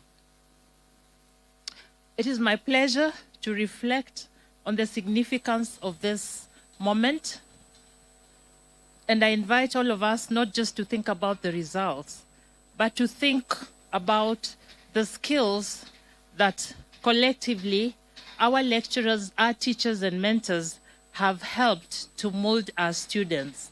The communication, the collaboration, critical thinking and creativity, because these are the skills that are going to define who they become in life. And most importantly, it is our responsibility to think about the hidden curriculum, that which is not examined. How are we, as members of the public, affecting our students to mold their character? That said, I'm very excited to welcome the candidates who have managed to sit for these exams to the next level of education, whether they choose to go to the colleges, to the TVETs, or the universities. We are ready and prepared to help them realize their full potential so that they can make a great contribution in shaping our country. I thank you all.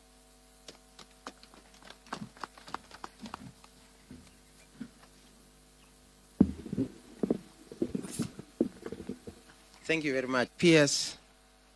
Once again, I would want to take this opportunity to thank all of us, thank God for the successful completion of last year's KCSE examinations administration cycle, as our Cabinet Secretary today releases these results this time in January 2025.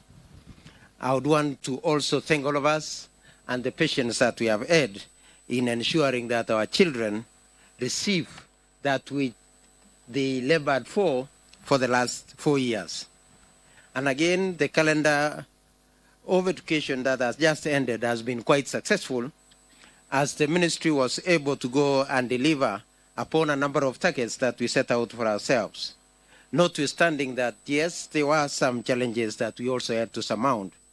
And some of the deliverables that we were able to deliver on in this particular year were among them the construction of the junior school classrooms. And at this juncture, I want to thank our heads of institution, our head teachers in our junior school for ensuring that the resources that we placed on them, they were able to optimize on it, and that we were able to therefore achieve our objective of ensuring that our children had classrooms.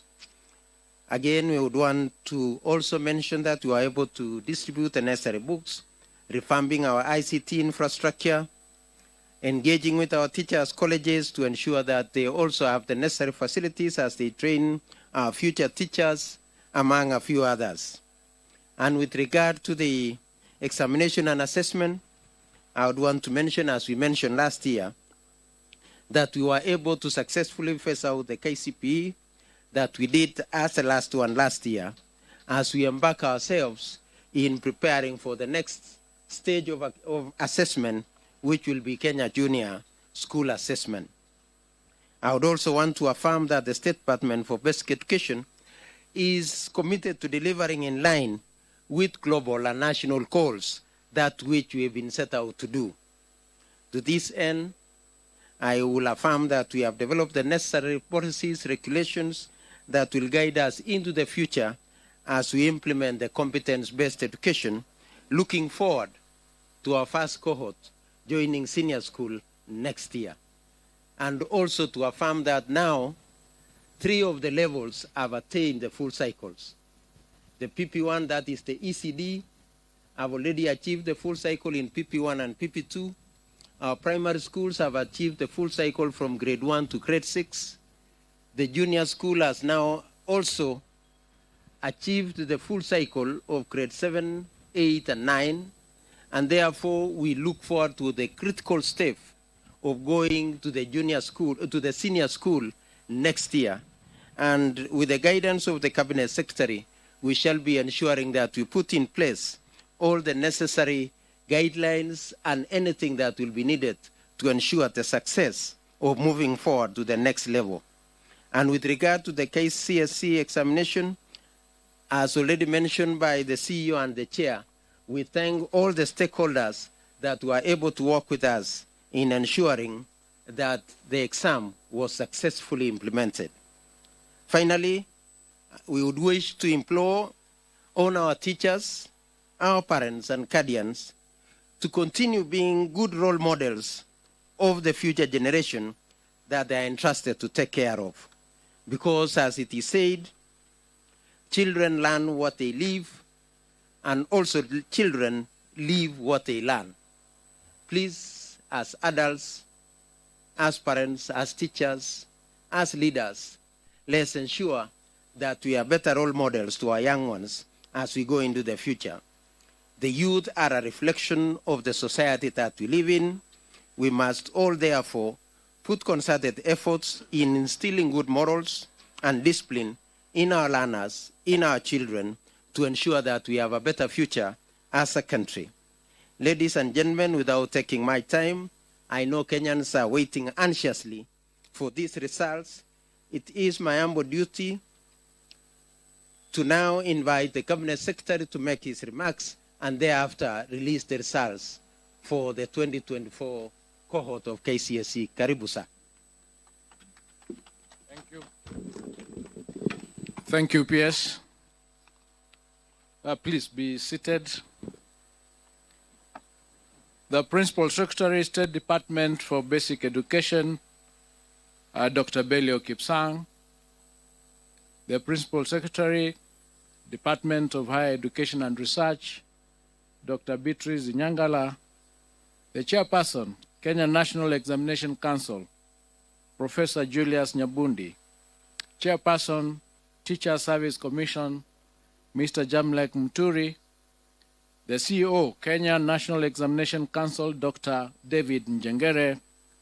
The KNEC Council members present, the senior government officials from the Ministry of Education, Ministry of Interior, and all other government ministries present, representatives of education-related unions and associations, members of the press, ladies and gentlemen, good morning. For the first time in more than 30 years, I stand here today to speak about a secondary school subsector which henceforth faces a massive transformation arising from the first implementation of the competency-based education.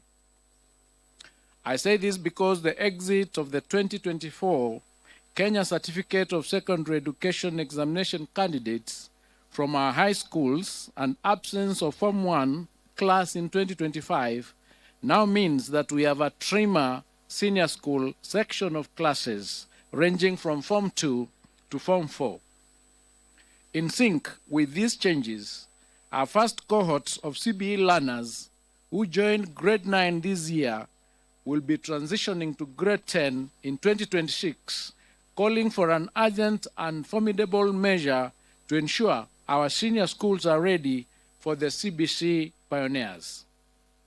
With the release of the 2024 KCSE results today, we have started a gradual phase-out of an examination that has been offered for 35 years, with the last one expected to be held in 2027.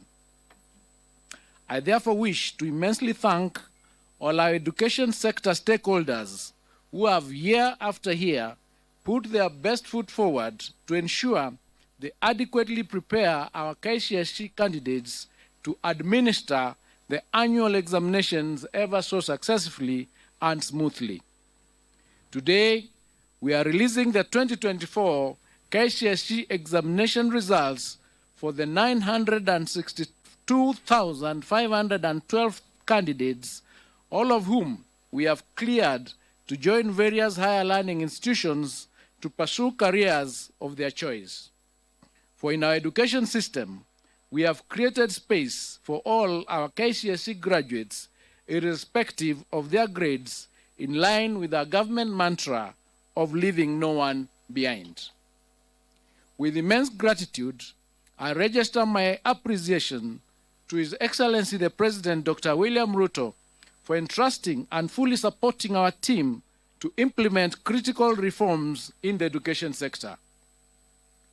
Given that the education sector impacts each household at an individual level, I have promised to meticulously lead the sector in the rollout of the reforms proposed under the Presidential Working Party on Education Reform with precision and success. I take this opportunity to thank all the sector players from the Ministry of Education, the Ministry of Interior and National Administration, the Ministry of ICT, the Teacher Service Commission, and all other MDAs for their concerted efforts during the administration period of the 2024 KCSE examination. Further, I wish to thank all center managers, supervisors, and invigilators who participated in the conduct of the 2024 KCSE examination, and especially for upholding the integrity of our education system. Before I delve into the 2024 KCSE examination, pardon me to touch on a few other issues affecting the education sector. The start of the 2025 academic calendar year on Monday, January 6, 2025, marked an incredible watershed in our sustained implementation of CBC. As a government, I am proud to announce that we surmounted the expected challenges in efforts to place all the 2024 grade 8 learners in classrooms at grade 9.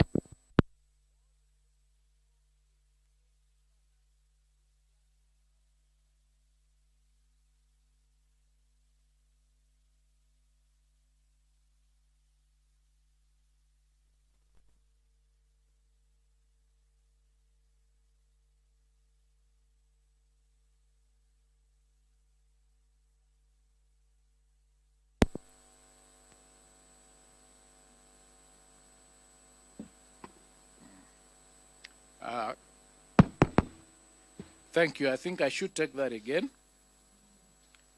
The start of the 2025 academic calendar year that we started on Monday, the 6th of 2025, marked an incredible watershed in our sustained implementation of the CBC.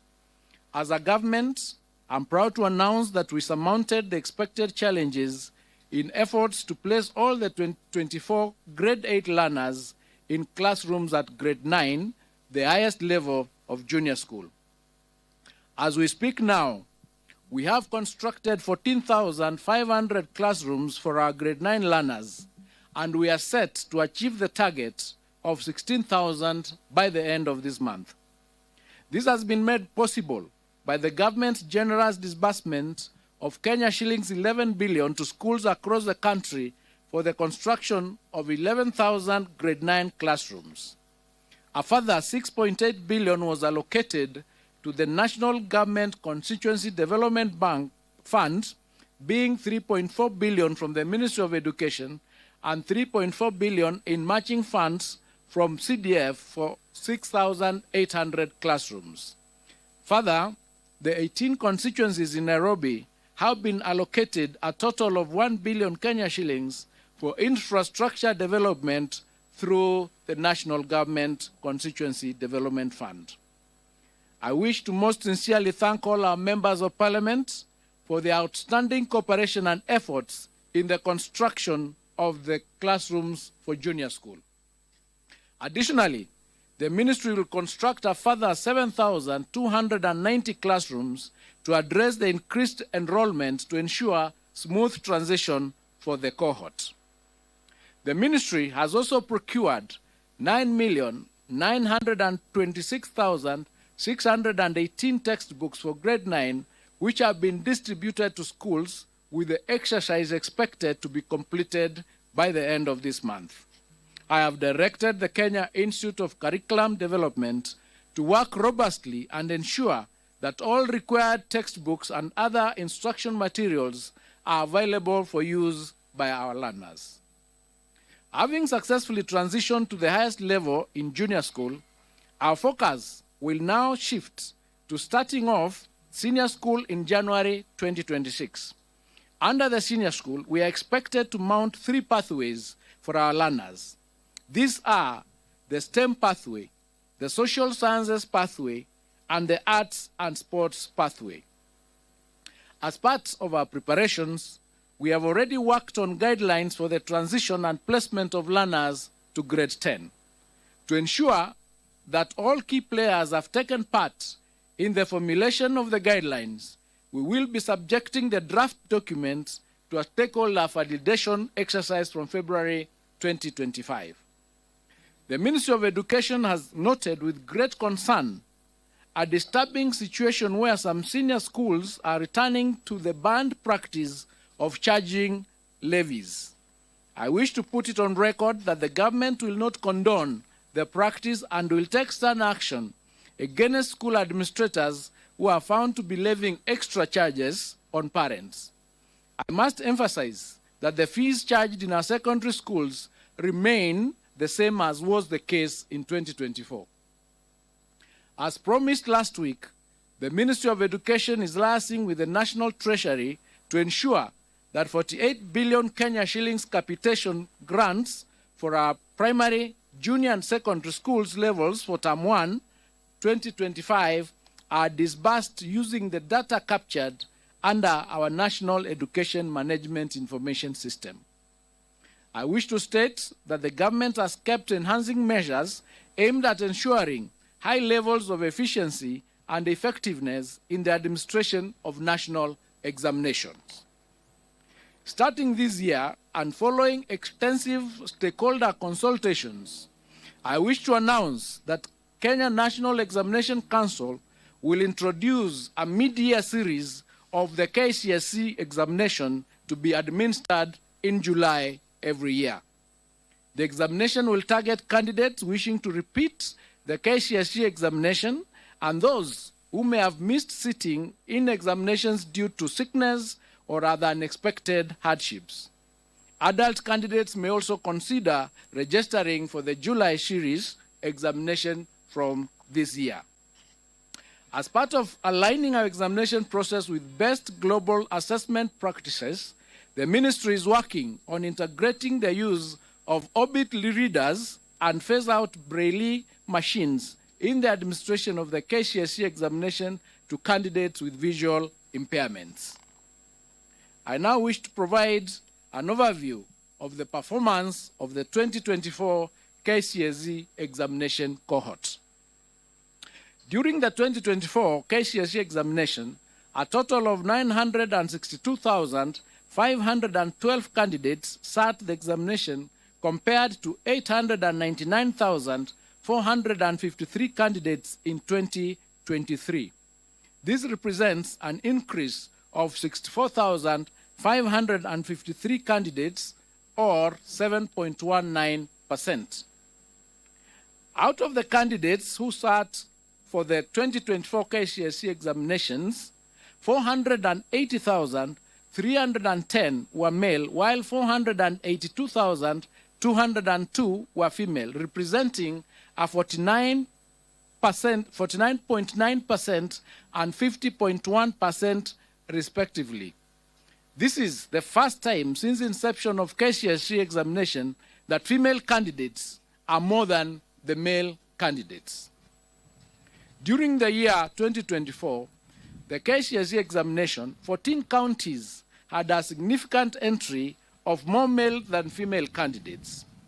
These counties include Garissa, which had 62.8% against 37.17%. Mandera, 63.83% against 36.17%.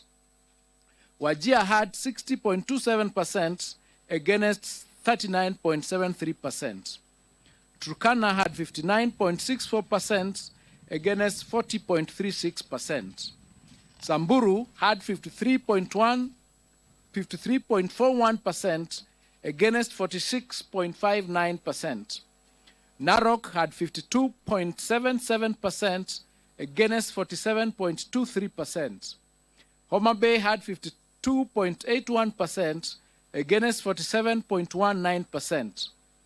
West Pokot had 53.52% against 46.48%. Mombasa had 51.31% against 48.83%. Migori had 51.02% against 48.98%. Embu had 51.09% against 48.91%. Kisii had 51.03% against 48.97%. Nyamira had 51.39% against 48.61%, and Baringo had 51.67% against 48.69%. On the other hand, 14 counties had significant entry more female than male candidates as follows. Vihiga had 55.15% against 44.85%. Elgeyo Marakwet had 53.76% against 46.24%. Kirinyaga had 51.46% against 48.54%. Meru had 51.69% against 48.31%. Kiambu had 52.78% against 47.22%. Nairobi had 52.41% against 47.59%. Kisumu had 52.39% against 47.61%. Kitui had 51.14% against 48.86%. Taita Taveta had 51.45% against 48.55%. Kwale had 53.31% against 46.69%. Isiolo had 52.11% against 47.89%. Tharaka Nithi had 52.06% against 47.94%. Kakamega had 51.80% against 48.20%, and Washingishu had 51.06% against 48.94%. The number of candidates aged between 16 and below increased from 16,040, which is 1.776% in 2023, to 20,546, which is 2.129% in 2024. The highest percentage of candidates registered for the 2024 KCSE examinations were within the appropriate age bracket of between 17 and 19 years, constituting 684,765, which is 70.95% of the total candidature. The percentage of candidates who are 20 years and above constituted 22.07%, or 259,861. Out of the 30 subjects offered in 2024 KCSE examination, 17 subjects recorded a significant improvement in performance. These subjects were mathematics alternative A and B, biology, physics, chemistry, general science, history and government, geography, IRE, agriculture, woodwork, metalwork, drawing and design, aviation technology, computer studies, Kenya Sign Language, and business studies. 10 subjects recorded a drop in performance, and these were English, Kiswahili, biology for the blind, CRE, home science, building construction, electricity, French, Germany, and music.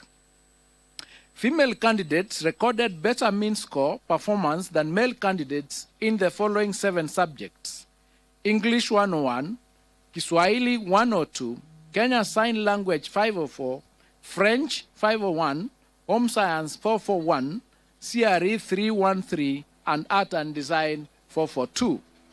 Male candidates, on the other hand, recorded a better mean score performance than female candidates in 23 subjects, and these are mathematics alternative A and B, biology and biology for the blind, physics, chemistry, general science, history and government, geography, IRE, woodwork, metalwork, building and construction, power mechanics, electricity, drawing and design, aviation technology, agriculture, computer studies, German, Arabic, music, and business studies.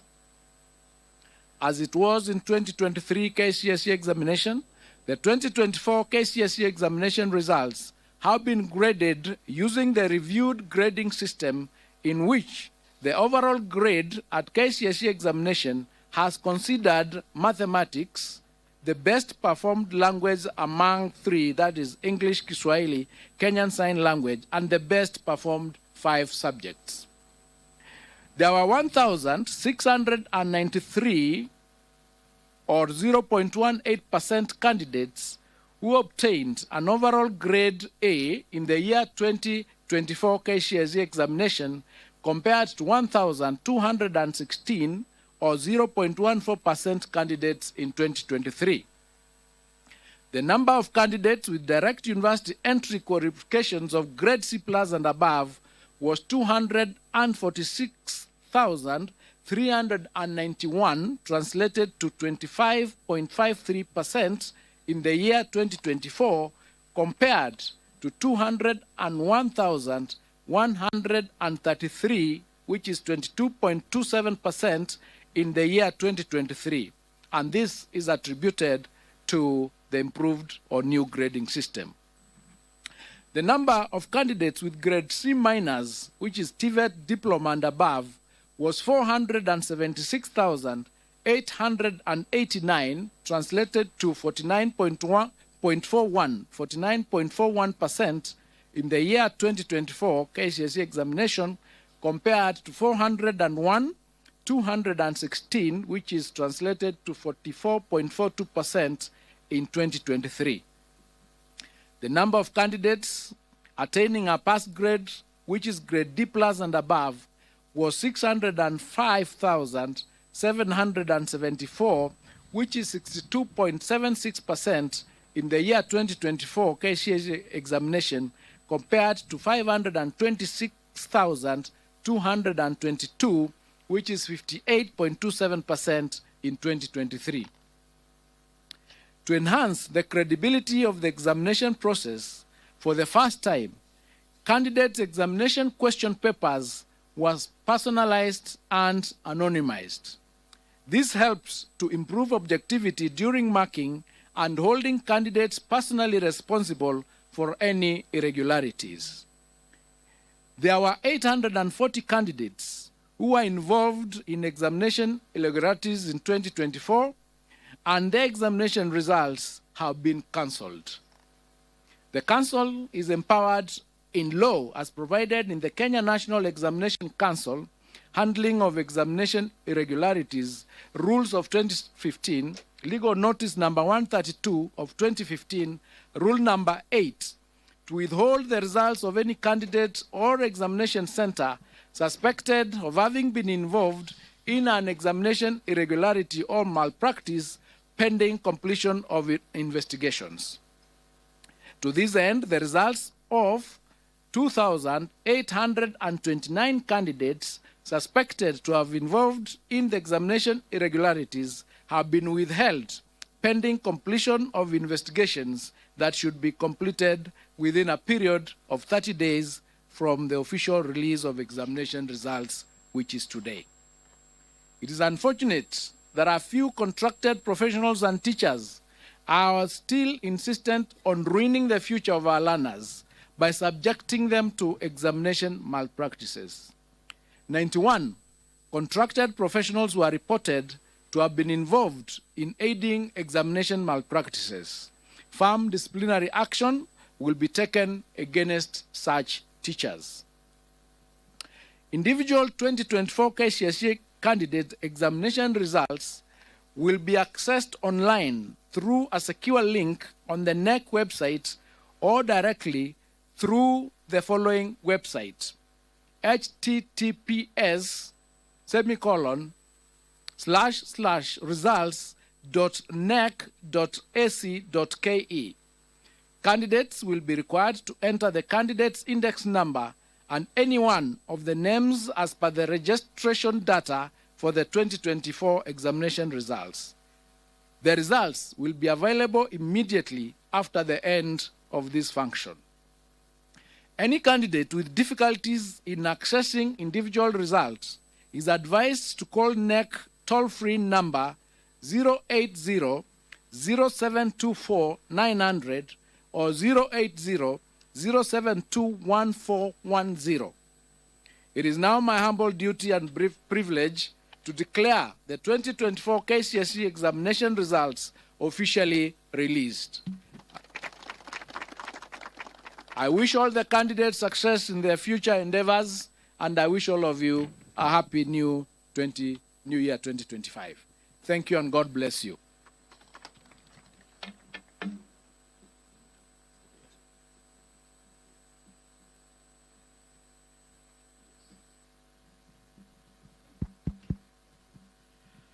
We will request that the results are officially now handed over by the CEO to the chairman, Professor Nyabudi. Then the chairman will then hand over to the PS. And of course, you can see the PS higher, handing over also and ready to receive to the CS. Can we put our hands together to appreciate that gesture? Thank you very much. And now we are ready to transition the learners to their next phase of life.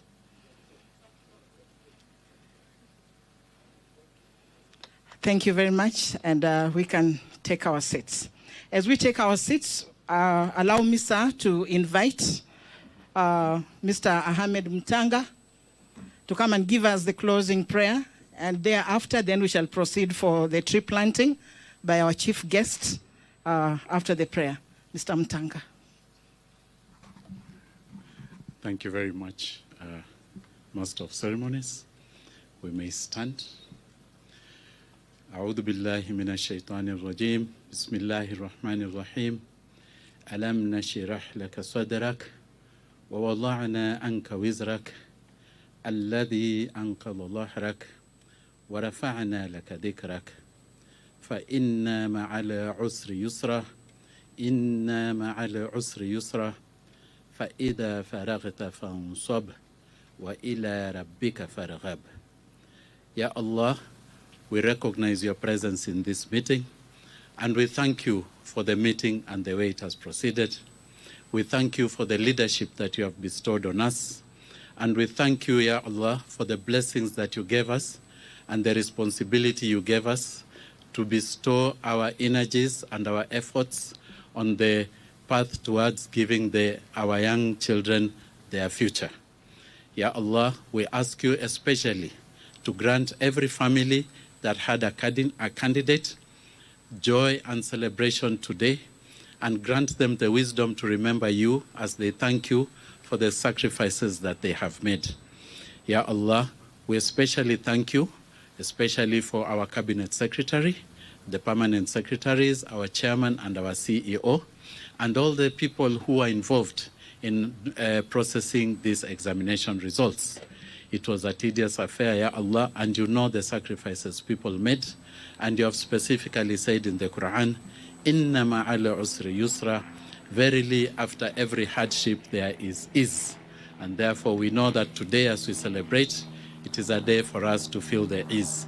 Ya Allah, bless the congregation that is here today, our fourth estate, members of the fourth estate who have endured the climate as it is. They are not under any shade.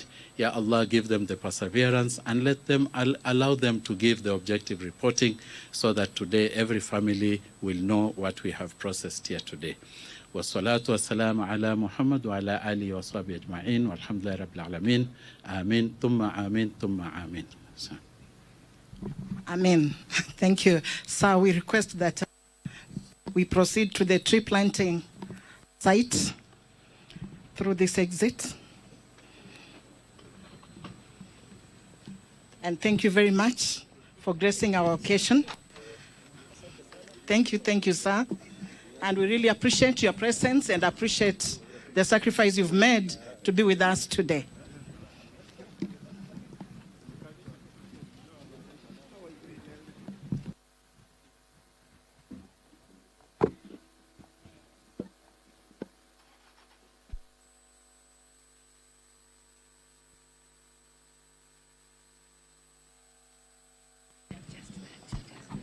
The rest of the guests, we really appreciate your coming, and you're free to leave at your pleasure. Thank you very much once again for gracing our occasion.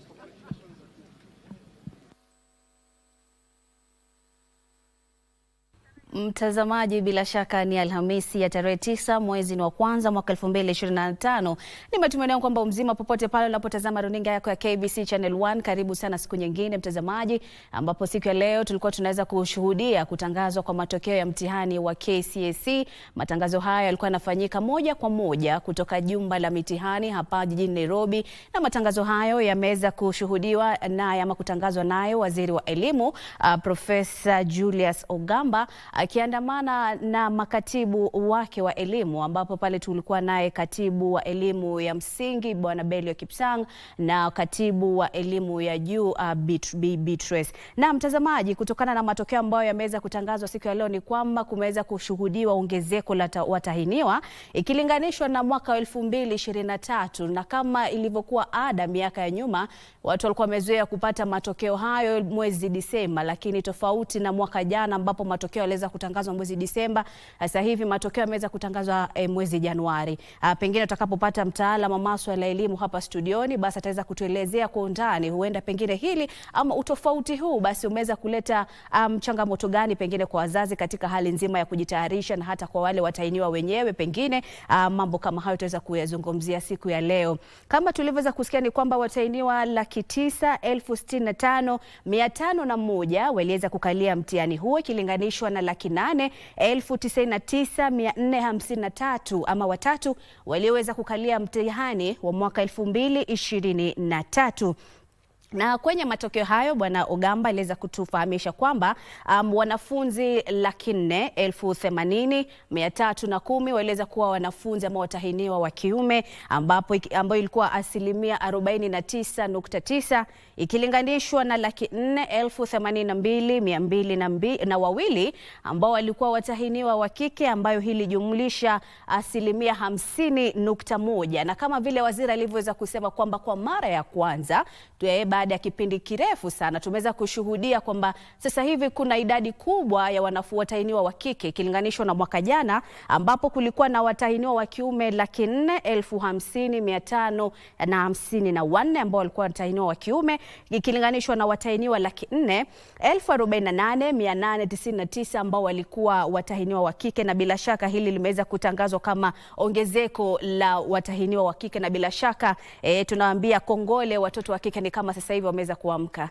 Na bila shaka, na pia tukiweza kuangalia matokeo hayo ni kwamba kuna baadhi tu ya kaunti ambazo zilikuwa na watahiniwa wengi wa kike, ambapo aliweza kusema kwamba kaunti 14 ambazo ni miongoni mwao kuna kaunti ya Vihiga, kuna kaunti ya Elgeyo Marakwet, kuna kaunti ya Kirinyaga, kuna kaunti ya Meru, kuna kaunti ya Kiambu, kaunti za Nairobi, Kisumu, Kitui, Taita Taveta, Kwale, Isiolo, Tharaka Nithi na Kakamega. Na mtazamaji, naomba kwamba mwanahabari mwenza Joseph Wahungu tayari yupo kiwanjani ama yupo katikati ya jiji hili ama yuko katika jumba la mitihani hapo jijini Nairobi ambapo ameweza kushuhudia matangazo hayo. Pengine Wahungu uweze kutujuza ni yapi ambayo wewe uliweza kuyapata kutokana na matangazo hayo, kwa sababu tumeshuhudia ongezeko la watahiniwa ikilinganishwa na mwaka 2023. Karibu sana Wahungu.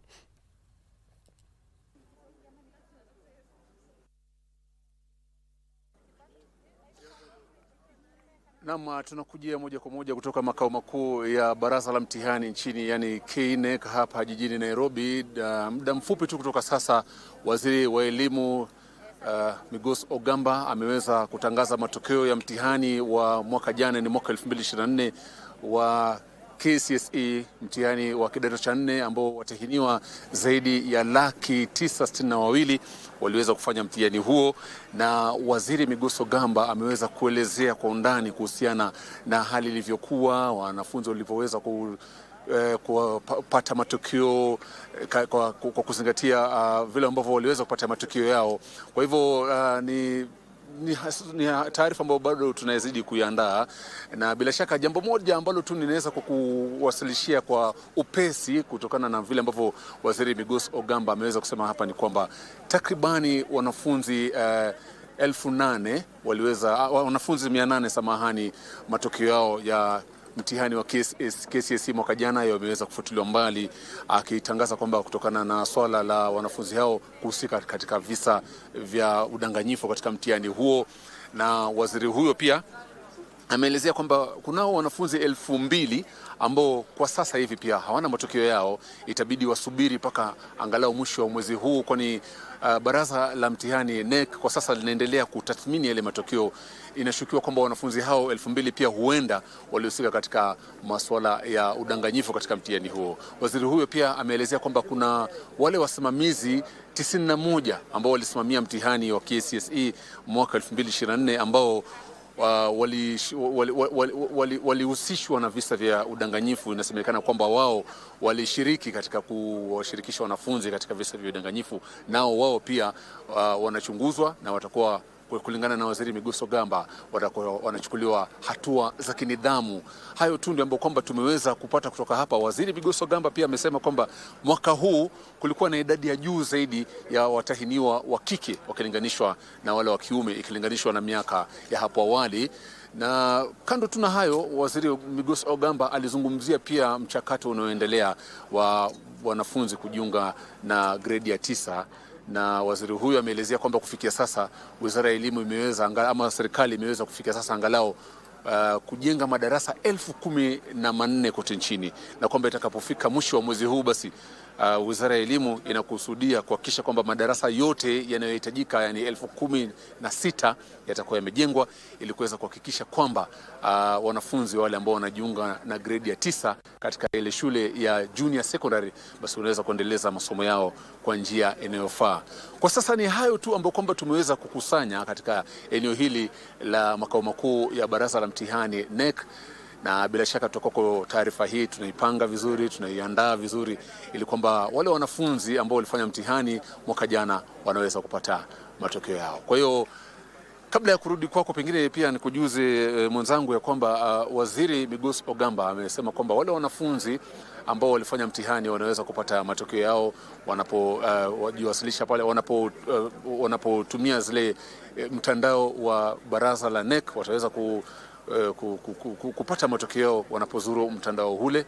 Na basi kama wewe ulikuwa mtahiniwa katika mtihani wa 2024 unaweza kuzuru wavuti huo wa KNEC na utaweza kupata matokeo yako pale. Na iwapo pia kama una tatizo lolote tu la kuweza kupata matokeo hayo, pia kuna vile ambavyo unaweza kuwasiliana na baraza hili la KNEC na utakuwa unaweza kuwasilishiwa matokeo yako. Kutoka katika makao makuu ya KNEC ni hayo tu tunayokuandalia kwa sasa, ila taarifa hii tunazidi kuifuatilia na bila shaka tokoko pia tunamjuza mtazamaji wetu ni wanafunzi gani ambao walibobea katika mtihani huu, kwa sababu baraza la mtihani ama Wizara ya Elimu ikifuatilia ile ambayo sasa ni desturi yake, hiyo haikuweza kutueleza hasa ni mwanafunzi gani ambaye alipata alama gani. Kwa hiyo tutakuwa tunafuatilia na bila shaka tuweza kumjuza mtazamaji wetu katika taarifa zetu ambazo zitakuwa zinafuatia hapo baadaye. Kwako studioni. Shukrani sana mwanahabari mwenza Joseph Wahungu. Bila shaka pale katika pitepite zake ataweza kutufahamisha ifikapo pengine majira ya saa 7 kamili pale, huenda atakuwa ameweza kupata ni mwanafunzi gani ambaye ameweza kubobea ama kudedea katika mtihani huo wa kitaifa wa kidato cha 4. Na kama mtazamaji mwanahabari mwenza Joseph Wahungu alivyotufahamisha ni kwamba kuna wanafunzi ambao waliweza kupatikana kwenye suala la udanganyifu. Na pia kabla sijaweza kufikia hilo, nilikuwa nimefikia kwamba kueleza tu zile kaunti ambazo zilikuwa zimeorodheshwa ama zimekuwa na watahiniwa wengi wa kike zaidi ikilinganishwa na wale watahiniwa wa kiume, ambapo kulikuwa na kaunti ya Vihiga ambayo na kaunti ilikuwa na 44% ya wanaume na wanawake ilikuwa 53%. Elgeyo Marakwet ilikuwa na 53% ya wanawake na Kirinyaga ilikuwa na 51% ya watahiniwa wa kike. Meru 51% ikilinganishwa na 48.31% ya wanaume. Kaunti ya Kiambu idadi ilikuwa 52.47% ya watahiniwa wa kike ikilinganishwa na 47% ya watahiniwa wa kiume. Kaunti ya Nairobi ilikuwa na watahiniwa wa kike 52.1% ikilinganishwa na 47.59% ya watahiniwa wa kiume. Kaunti ya Kitui pia iliweza kujikakamua vilivyo, watoto wa kike kule waliweza kujikakamua vilivyo na kuweza kupata 52%. Na kaunti ya Taita Taveta kule Pwani pia iliweza kunakiliwa ama kuweza kunakili watahiniwa wa kike 51. Kaunti ya Kwale pia vile ukanda wa Pwani ilikuwa na watahiniwa wa kike 53.1, na hii pia bila shaka ni kumaliza ile kasumba kwamba ukanda wa Pwani mara nyingi huwa kuna watoto wa kike sio wengi sana ambao huweza kupata nafasi ya kuweza kukalia mitihani kama hii, na kuweza kupata ongezeko hili bila shaka basi ni jitihada za viongozi wengi katika kaunti hizo, na bila shaka tunawaambia hongera sana, na hata pia kwa wazazi ambao walikakamua watoto wao wa kike kuweza kufikia hatua hii na kuweza kukalia mitihani. Basi bila shaka kama watoto wa kike tunajivunia mno. Na tukiangalia kaunti ya Isiolo pia iliweza kuwa kuna kile wanawake wengi zaidi ama wanatahiniwa wa kike wengi zaidi.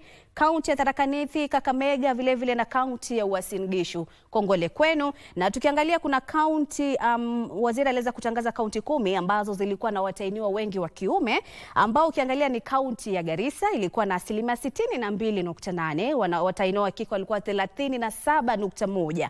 Bila shaka hapo basi watahiniwa wa kike wanafaa kule eneo za Garissa ama kaunti za Garissa. Hii ni changamoto kwa viongozi wa kaunti hiyo waweze kujibidisha ili watahiniwa wa kike mwaka ujao ama mwaka huu waweze kuwa wengi zaidi.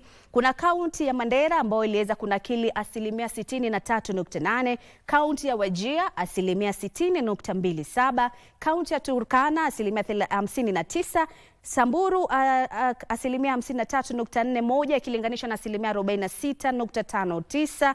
Kaunti ya Narok pia iliweza kunakili watahiniwa wengi wa kiume ambayo ilijumlisha 52.77 ikilinganishwa na 47.23 ya watahiniwa wa kike. Tuna kaunti ya West Pokot ilikuwa na 52.3 ikilinganishwa na 46 ya watahiniwa wa kike. Mombasa pia watahiniwa wengi wa kiume katika eneo lile, bila shaka waliweza kujikakamua. Wanaume wengi ama watahiniwa wengi walikuwa wa kiume ambayo ilijumlisha 53.1 ikilinganishwa na 48.3. Bila shaka hapo basi kuna ni changamoto kwa viongozi wa kike kaunti ya Mombasa. Jamani, waweze kujikakamua ili mwaka huu tuweze kushuhudia ongezeko la watahiniwa wa kike.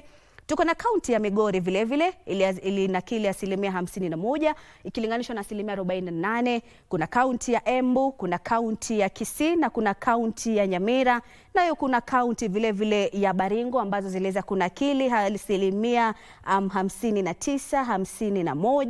51, 51 mtawalia. Na vile mtazamaji, kama vile uliweza kusikiliza tangazo hilo kutoka kwake waziri, ni kwamba kutakuwa pia na tofauti kwamba wale wanafunzi ambao hawakuweza kukalia mtihani wao, basi ni tuseme kwamba ni jambo la kufurahi ama jambo la kufurahikia bila shaka, kwa sababu watapata nafasi nyingine. Kwa mfano, huenda kama pengine unataka kukalia mtihani mwaka huu na pengine changamoto itokee, huenda pengine umepata ujauzito ama huenda pengine umepata matatizo ya kiafya ama huenda tu changamoto nyingine 1, 2, 3 pale imekuzuia wewe kutoweza kufanya mtihani, basi waziri ameweza kutoa kwamba kuna nafasi nyingine kwa watahiniwa wale ambao hawakuweza kukalia mtihani, kwamba ifikapo mwezi Julai pia kutakuwa kunatoa mtihani maalum kwa hao wanafunzi ili kuweza waanze kujisajili sasa hivi, na ifikapo mwezi Julai basi kila mwaka kutakuwa kunatolewa huu mtihani ambao kwa wale wanafunzi ambao ama watahiniwa ambao hawakuweza kukalia mtihani huo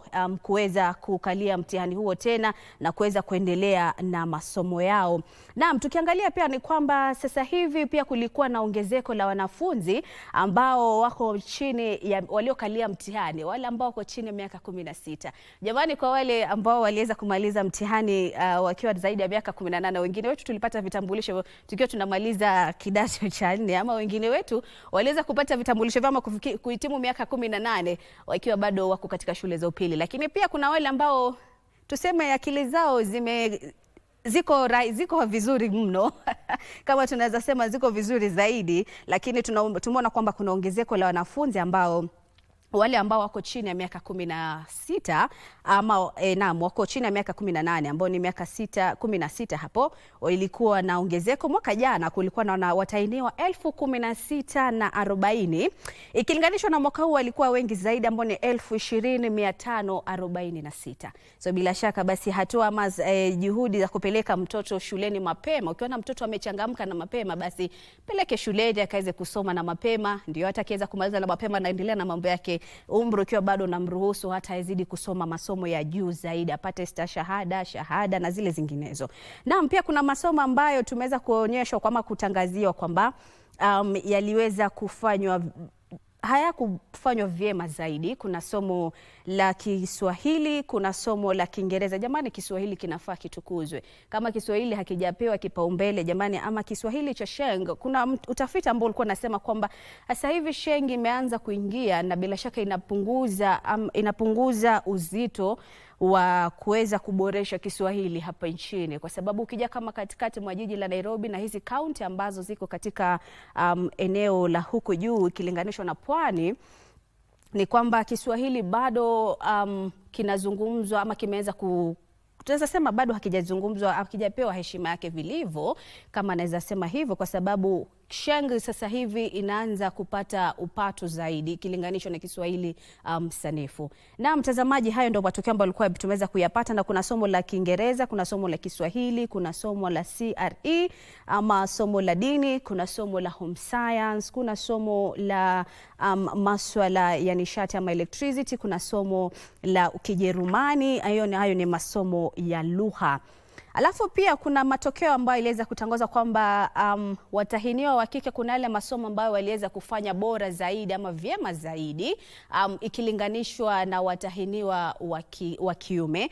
Kuna masomo na sijui kwa nini, lakini kila mwaka huwezi kukosa kwamba hili swala kwamba watahiniwa wa kike hufanya vyema zaidi kwenye somo la Kiingereza, somo la Kiswahili, la home science. Haya masomo watoto wa kike ama watahiniwa wa kike walifanya vyema zaidi. Wanaume walikuwa videdea kwenye masomo yale ambayo tunasema ni makali mno. Lakini mtazamaji, hata tukurudishe kwa yale ambayo waziri alikuwa anaweza kutangaza hapo awali, tuweze kusikiliza mawili matatu. Kama huenda pengine ulipitwa, acha basi tupate fursa nyingine ya kuweza kusikiliza.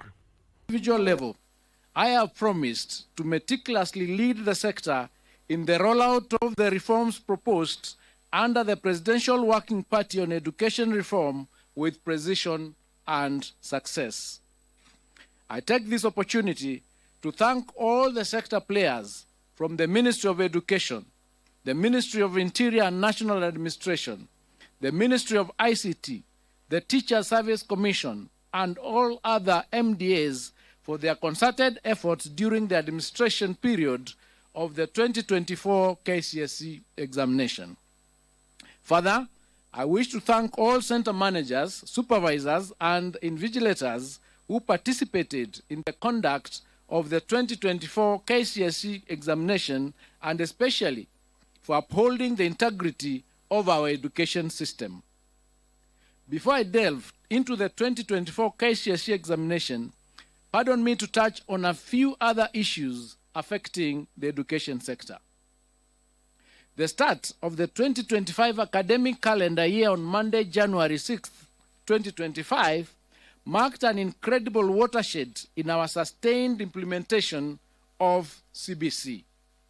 As a government, I am proud to announce that we surmounted the expected challenges in efforts to place all the 2024 grade 8 learners in classrooms at grade 9.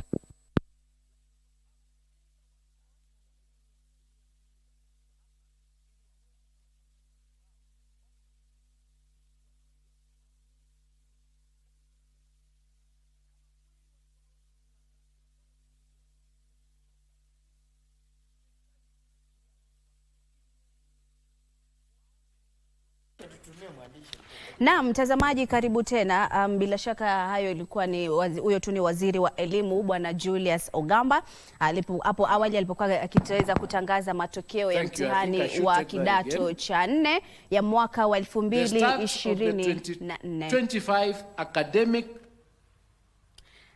Na mtazamaji, tukisonga mbele ni kwamba kwenye matokeo ya siku ya leo ambayo wameweza kutangazwa ni kwamba pia kumekuwa na ongezeko la wanafunzi ambao wameweza kujinyakulia alama ya A ikilinganishwa na mwaka 2023, ambapo mwaka huu tumeweza kupata watahiniwa 1693 ambayo ni 0.81%, ambayo hii ni ongezeko ikilinganishwa na wanafunzi waliopata alama hiyo mwaka 2023 ambao ilikuwa ni 1216, na kuna wale ambao wamepata alama ya cha alama ya cha nyongeza kwenda mbele ni watahiniwa 246,391 ambayo ni asilimia 25. Hii ni ongezeko ikilinganishwa na mwaka 2023 ambapo watahiniwa 201,133 ambayo ilikuwa asilimia 22.7. Hawa waliweza kupata alama ya cha nyongeza.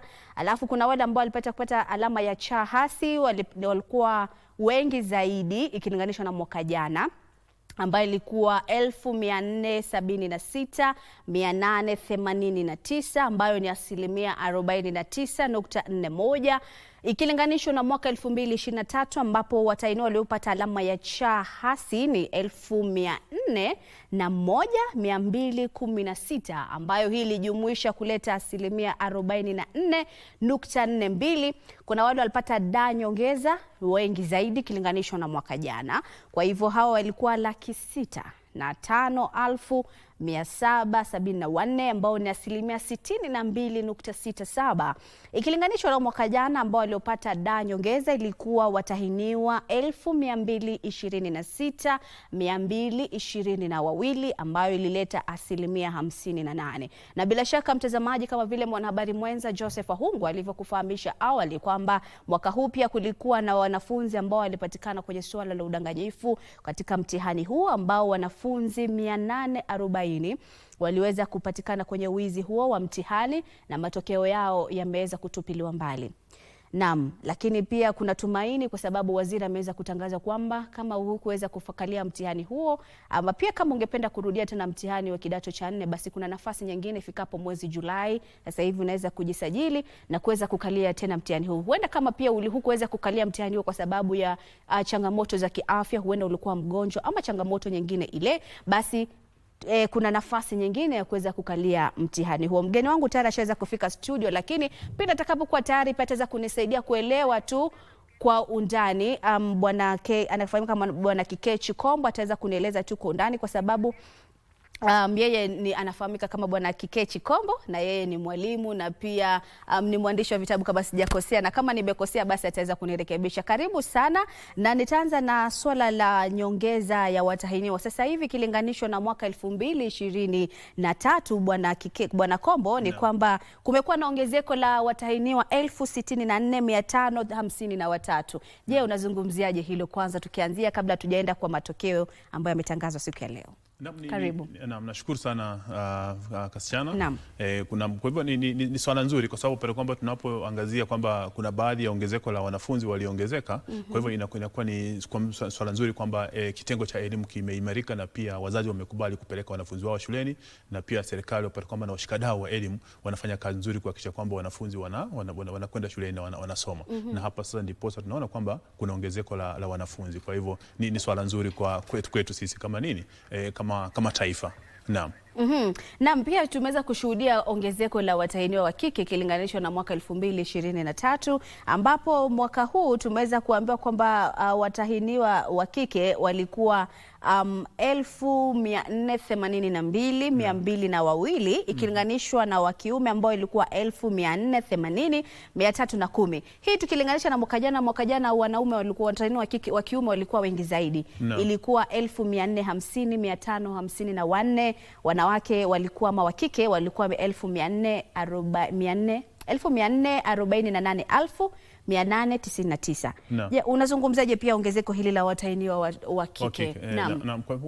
Serikali imekuwa katika kipaumbele katika harakati za uhamasishaji wa wazazi kwamba wanafunzi wanapaswa kupelekwa shuleni hususan hawa wa jinsia ya kike, kwa sababu imekuwa na tatizo hili la jinsia ya kike ambapo tumeona kwamba kuna baadhi yao walikuwa wanapata mimba za mapema, wengine wanaozwa mapema, na pale kwamba katika baadhi ya jamii hata kwamba kulikuwa na hili dhana ya ukeketaji. Na kwa hivyo dhana hii ikajiri vipi? Kwa hivyo wakasema kwamba serikali ikawa inapitia upato. Kuna mashirika yasiyokuwa ya kibinafsi pia yamekuwa yakichangia pakubwa sana hususan katika dhana ya kupeleka hawa wanafunzi shuleni, kwamba tunaona kwamba matunda haya yanajitokeza na yanabainika vizuri sana, ambapo tunaona kwamba ongezeko lipo na wamekuwa shuleni, wamefanya mtihani, wamesoma, si kufanya kwenda tu shuleni, lakini pia wamekwenda shuleni na wakafikia katika kidato cha 4 na wakawa wametahiniwa na matokeo yao naona kwamba pia ni mazuri, si mabaya. Naam. Kuna baadhi ya kaunti ambazo ndo zimeorodhesha kuwa na watahiniwa wengi zaidi zaidi wa kike, lakini kuna zile kaunti ambazo bado ziko nyuma zaidi kwenye swala zima la watahiniwa wa kike. Tuko na kaunti kama vile ya Garissa, Mandera, Wajir, Turkana, Samburu,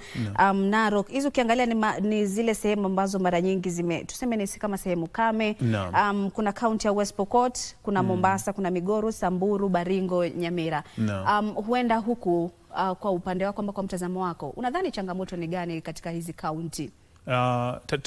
Kuna dhana ya utamaduni ambao umejikita sana katika baadhi ya hizi jamii ambazo zinatoka katika maeneo haya, na kwamba ndio serikali kwamba unapoangalia pile miaka ya kule nyuma kwamba ile asilimia imekuwa mbaya zaidi, lakini kwamba sasa asilimia ile pengo linazidi kuwa finyu, na kwamba dhana hii ya utamaduni ndio imekuwa ikiwarejesha nyuma, na serikali kwamba inapoingilia ndani, kuna mashirika yasiyokuwa ya kibinafsi, na pia kuna shule zinafunguliwa mahala pale, kuna walimu pia ambao wanaajiriwa katika maeneo haya, upata kwamba imechangia kidogo katika uimarishaji, lakini bado wajafikia zile kaunti nyingine ambazo zimepiga hatua hususan katika kupeleka wanafunzi wao shuleni. Lakini hata hivyo kuna nafasi kubwa sana ambayo serikali bado huu sasa ni mwanya na ambao umeelekeza. Asilimia hii imeonyesha kwamba serikali hasa kwamba imefikia kiwango hicho, lakini kwamba inahitaji kutia bidii zaidi ili wanafunzi hawa hasa wa kike wakwenda shuleni. Kwa hivyo jamii hizi zinapaswa kuhamasishwa kuhusu umuhimu wa elimu ya mtoto wa kike.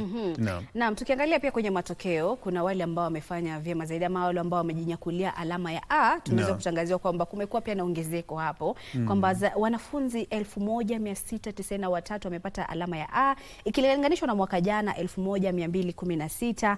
Alafu pia kitu ambacho kinanitia wasiwasi zaidi ni kwamba pia bado kuna ongezeko la wale wanafunzi ambao wamepata D nyongeza, kuna zile D hasi pia ama D minus, unapata C minus kunradhi, bado wako wengi. Sijui unaweza kuzungumziaje tofauti za matokeo haya? Kuna wengi ambao wamepata alama ya A, lakini bado wale ambao wanapata alama ambazo ziko chini ya C+ bado pia ni wengi. Naam. Kwamba unapoangalia huu mtaala huu wa 844 ni mtaala wa kinadharia, na kwamba wamekuwa hasa washikadau wamekuwa wakitoa malalama kuhusu hasa hususan katika mtaala huu ambapo wanasema kwamba pamekwepo na dhana ambapo wanafunzi hawajafanya vizuri, mtaala umekuwa mgumu kidogo.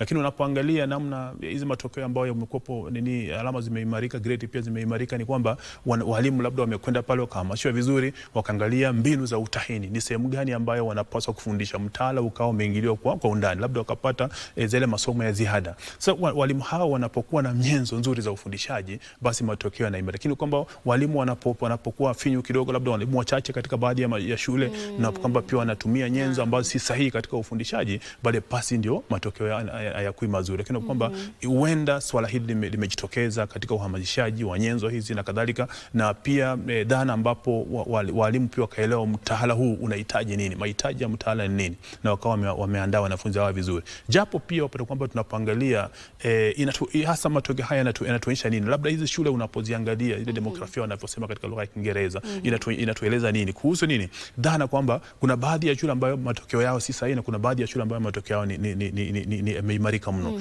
Kwa hivyo sasa hapa ni mbinu washikadau elimu wanapaswa kwenda waangalie nini ambacho kimefanya shule hizi kufanya vizuri. Je, ni miundo misingi ndio tatizo? Je, labda baadhi ya wanafunzi wamekuwa nyumbani kwa sababu ya dhana ya karo, ama labda pia upungufu wa walimu baadhi ya hizi shule? Sasa ndio mmoja hapa ambayo imechangia. Na sasa kwamba ikiwa wataweza kusawisha masuala haya yaliyopo katika shule ambazo zimeimarika, shule zile ambazo zina miundo misingi ya kutosha, na pia hawa wapewe nafasi ile, bila shaka matokeo yataweza kuimarika. Lakini ikiwa bado pengo litazidi kuwa kubwa. Naam.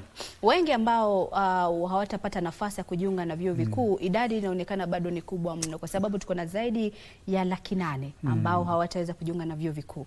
Pengine unazungumziaje hilo, na wito wako ni gani kwa hawa watahiniwa hao? Kwa sababu sasa hivi huenda naweza kujiweka nikijiweka kwenye kiatu cha huyu mwanafunzi ambaye amepata alama ya D- sasa hivi, na hisi kusononeka.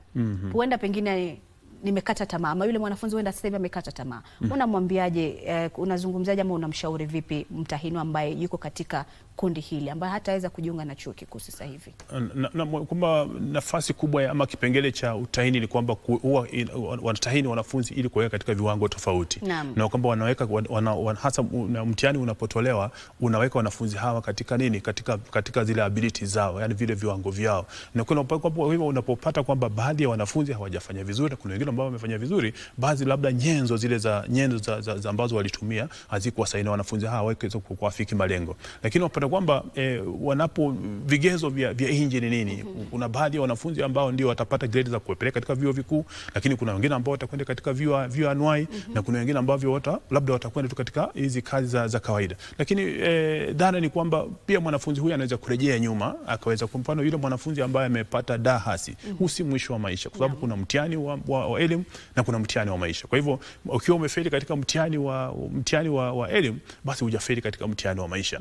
Bado kuna nafasi ambayo utaweza kwenda ukaendeleza, labda kwenda ukafanya hizi astashahada, alafu baadaye tena ukasajili kwenye hizi taasisi ambayo ukafanya stashahada, alafu baadaye ukasajili kwa shahada ya kwenda ukafanya shahada katika chuo kikuu. Kwa hivyo kuna nafasi ambayo pia ipo, na kuna wengine ambao hurejea shuleni wakasema sifi moyo, labda nirejee tena katika mwaka mwingine niweze kujaribu, kwa sababu serikali huwa ni wizara ya elimu huwa inatoa fursa hiyo kwa wanafunzi ambao hawajafanya vizuri kurejea tena katika kidato cha 4 kwenda kufanya tena mtihani kwa awamu nyingine. Kwa hivyo huu si mwisho wa maisha, unaweza kusajili katika taasisi mbalimbali na ukaweza kujiendeleza katika kitengo chako cha elimu. Naam, ukizungumzia swala la kujisajili tena kama ukuweza kufanya vyema, waziri pia ameweza kutangaza kwamba kuanzia mwaka huu pia wale watahiniwa ambao hawakuweza kukalia mtihani kutokana pengine na changamoto moja ama nyingine, basi watapata fursa ya kuweza kufanya tena mtihani mwingine ifikapo mwezi Julai kuanzia mwaka huu. Je, hii unadhani kwamba ni tumaini jipya kwa wanafunzi kama hao? Kwa sababu ni mwamko mpya katika nchi, kwa sababu pale kwamba dhana hii haikuepo, ulikuwa unasubiri mpaka wakati wa mtihani mwingine utatahiniwa. Lakini kwamba katika vyuo kuna vile unaita supplementary, ambapo ikiwa hujafanya vizuri kuna wakati ambapo maalum ambao watakutengea kwenda kufanya ule mtihani. Lakini kwamba katika mtihani wa KCPE kumekuwa na ile kwamba hamna nafasi nyingine mpaka usubiri ama usajili upya katika ungojee katika ule mtihani mwingine. Lakini hata niliona hawa wachezaji waliokwenda kuwakilisha timu ya taifa kule Dominica katika kombe la dunia, waliambiwa kwamba watafanya mtihani wao mwezi wa 4, wasiwe na wasiwasi, kwa sababu walikuwa wanasema hawatashiriki katika kwenda kucheza kwa sababu wengine wapo katika kidato cha 4. Waziri akamwambia hapana, waziri wa mchezo natumai wakati alikuwa na Abu na Mwamba akamwambia amezungumza na baraza la mtihani, watapewa nafasi kufanya mtihani labda mwezi wa 4. Kwa hivyo pata kwamba nafasi nzuri ambapo hawa wengine pia watapata fursa, kwa sababu labda changamoto zipo kuweza kwenda shuleni kufanya ule mtihani, na kuna fursa nyingine ambayo utaweza kufanya mtihani na ndoto yako itaweza kung'aa tena kwa wakati mwingine. Naam. Pia tumeweza kushuhudia kwamba kuna baadhi ya masomo ambayo yamefanywa vyema zaidi na watahiniwa wa kike, kuna yale ambayo yamefanywa vyema zaidi na watahiniwa wa kike.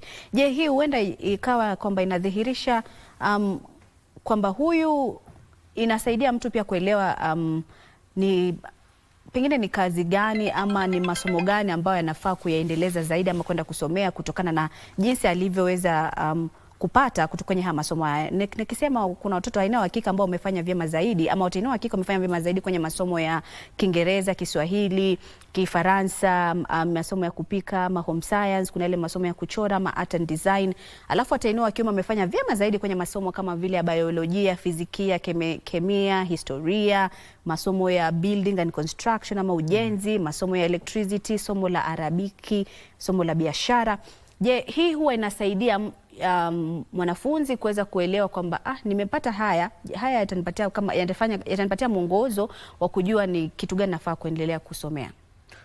Na wanafunzi hao wanapokwenda shuleni huwa wanaelekezwa na walimu, na kwamba wanapewa ile nafasi ya kusajili katika kozi mbalimbali ama kufanya yale masomo ambayo yatamwezesha kujiunga na kozi mbalimbali. Kwa hivyo kuna mwingine anataka kuwa mwanahabari kama wewe.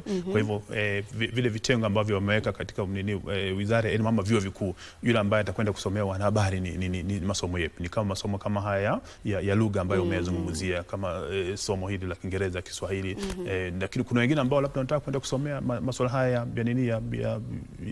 ya hoteli na ya kuhudumia watu katika vitengo mbalimbali, na kwamba anaweza kufanya somo kama ile science kimo ambavyo umesema na wakaweza kufanya vizuri. Lakini unapata kwamba course hizi ambavyo namna zilivyo na kwamba huwa zinachipangwa, unapata kwamba kuna baadhi ya masomo haya unapokwenda katika mtaala wa K844 kwa ni magumu sana, na kwamba kuna baadhi ambao watoto wa kivulana wanajisukuma nayo kama somo la uhandisi na kadhalika. Lakini unapata kwamba kuna masomo mengine ambayo kama haya ya walimu na kadhalika, unapata kwamba kuna wasichana na labda jinsia ya kike, lakini kwamba kuna ule usawa wa jinsia, na kwamba siku hizi wanaelekezwa kwamba yule ambaye anaweza kufanya kuwa rubani pia masomo haya unaweza kufanya ukapata. Unapokwenda katika shule za mabinti utapata kwamba kuna baadhi ya mabinti ambao wamepata na wamefanya vizuri katika baadhi ya masomo, lakini kwamba asilimia kubwa wamejikita katika masomo haya labda ya usanii, ya sanaa na vile vile masomo ya lugha, na kwa hivyo kwamba kozi zao watakazofanya katika kwenye taasisi ama katika vyuo vikuu basi yategemea katika ule mrengo wa elimu wa sanaa ama labda lugha kulingana na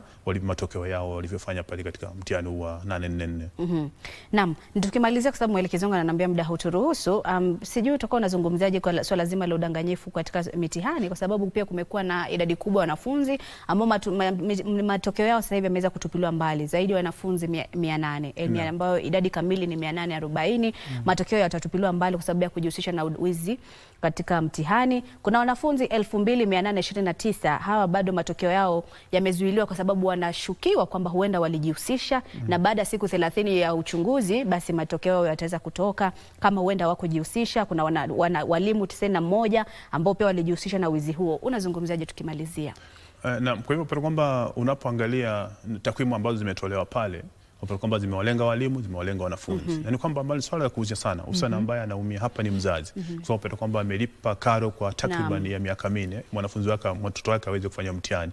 Lakini unapata kwamba kuna njia hizi ambazo wanafunzi wanatumia ambayo si nzuri. Na kwamba nini ambacho kinajitokeza ni utamaduni wetu. Kuna dhana ya ufisadi katika nchi yetu. Kuna nafasi ambayo baadhi ya jamii naamini kwamba wanaweza kutumia njia mkato kuweza kufikia malengo. Na kwamba swala labda mwalimu hajajiandaa vizuri, ama labda kuna ule msukumo wa Wizara ya Elimu ambapo lazima shule iweze kufanya vizuri. Kuna msukumo wa wazazi kwamba shule iweze kufanya vizuri. Na hapo wapata kwamba ikiwa nyenzo pia haziandaliwa vizuri, kuna mikakati haijawekwa vizuri, basi wanafunzi waweze kufanya mtihani vizuri. Kwa hivyo wanajipata katika ile njia panda. Kwa hivyo wapata kwamba sheria hii ni kwamba ni funzo kwamba hakuna njia ya kumkato. Jiandae na ufanye mtihani na utaweza kupita kama wengine walivyofanya. Na pia walimu wanaelekezwa kwamba waweze kupeleka pale shuleni kumwandaa mwanafunzi, bali si kumsaidia mwanafunzi katika njia udanganyifu wa mtihani. Mwisho kabisa, mwaka jana walipokuwa nakaribia ama kujiandaa kwa hicho kipindi cha kufanya mtihani, waliweza kutoa maelekezo ya jinsi ya kupunguza swala la udanganyifu, kwamba walimu walikuwa hawaruhusiwi ama wale ambao wanasimamia mitihani hawaruhusiwi kwenda pale na simu, hata wale maafisa wa polisi hawaruhusiwi kuwa na simu wakati wanapozunguka katika yale madarasa, vitu kama vile. Je, hizi hatua ni kwamba bado zinafaa zitiliwe mkazo zaidi, ama huenda ni lipi ambalo halikufanywa sawa ambalo linaweza kurekebishwa? Labda ilichangia kidogo, labda udanganyifu ungekuwa mkubwa zaidi, na kwamba mikakati walipoweka ikaweza kupunguza. Kwa hivyo niweza labda waende pia wajitathmini, waweze kujiangalia hasa walikosea wapi, na kwamba upungufu ulijitokeza maeneo gani, na kwamba ni sehemu gani ya nje ambao udanganyifu uliweza kubainika. Kwa hivyo ikiwa basi wataweza kubaini sehemu hiyo, basi wanaweza kuendelea kuziba mianya. Lakini unapata kwamba pia mfumo wa elimu unabadilika. Sasa wanatoka kwenye mfumo wa 844 wanakwenda katika mfumo wa CBC. Wanatoka katika nadharia wanakwenda katika mfumo ambao mwanafunzi anajitumia majukumu ya majukumu, mwanafunzi anajihusisha kibainifu. Kwa hivyo pata kwamba ni namna moja ambapo serikali pia inatumia mfumo huu ili kuweza kudhibiti wizi wa mtihani. Kwa hivyo labda mtihani huu umeingia katika awamu ya 3 ya mwisho. Sasa wanafunzi wapo kidato cha pili, cha 3 na cha 4, miaka 3, mfumo utaondoka, alafu utatolewa, alafu utaingia mfumo wa CBC. Na kwa hivyo huenda mambo yakabadilika. Kweli, bila shaka, na tunatumaini iwe hivyo. Na mshukuru sana Bwana Kikechi Kombo kwa kuweza kutenga muda kuweza kuja kutufahamisha na kutuelezea zaidi kuhusiana na matukio haya. Na mtazamaji, asante sana kwa kutenga muda wako kuungana nami kwenye mazungumzo siku ya leo ya Kurunzi Mashinani na Tamrini. Na kama ukuweza kupata https://results.nec.ac.ke ndio tovuti ambao unaweza kupata matokeo yako. Kasichana Masha ndio jina langu. Lenso Dingo amekuwa mwenzangu wa lugha ishara. Hadi wakati mwingine, kwaheri.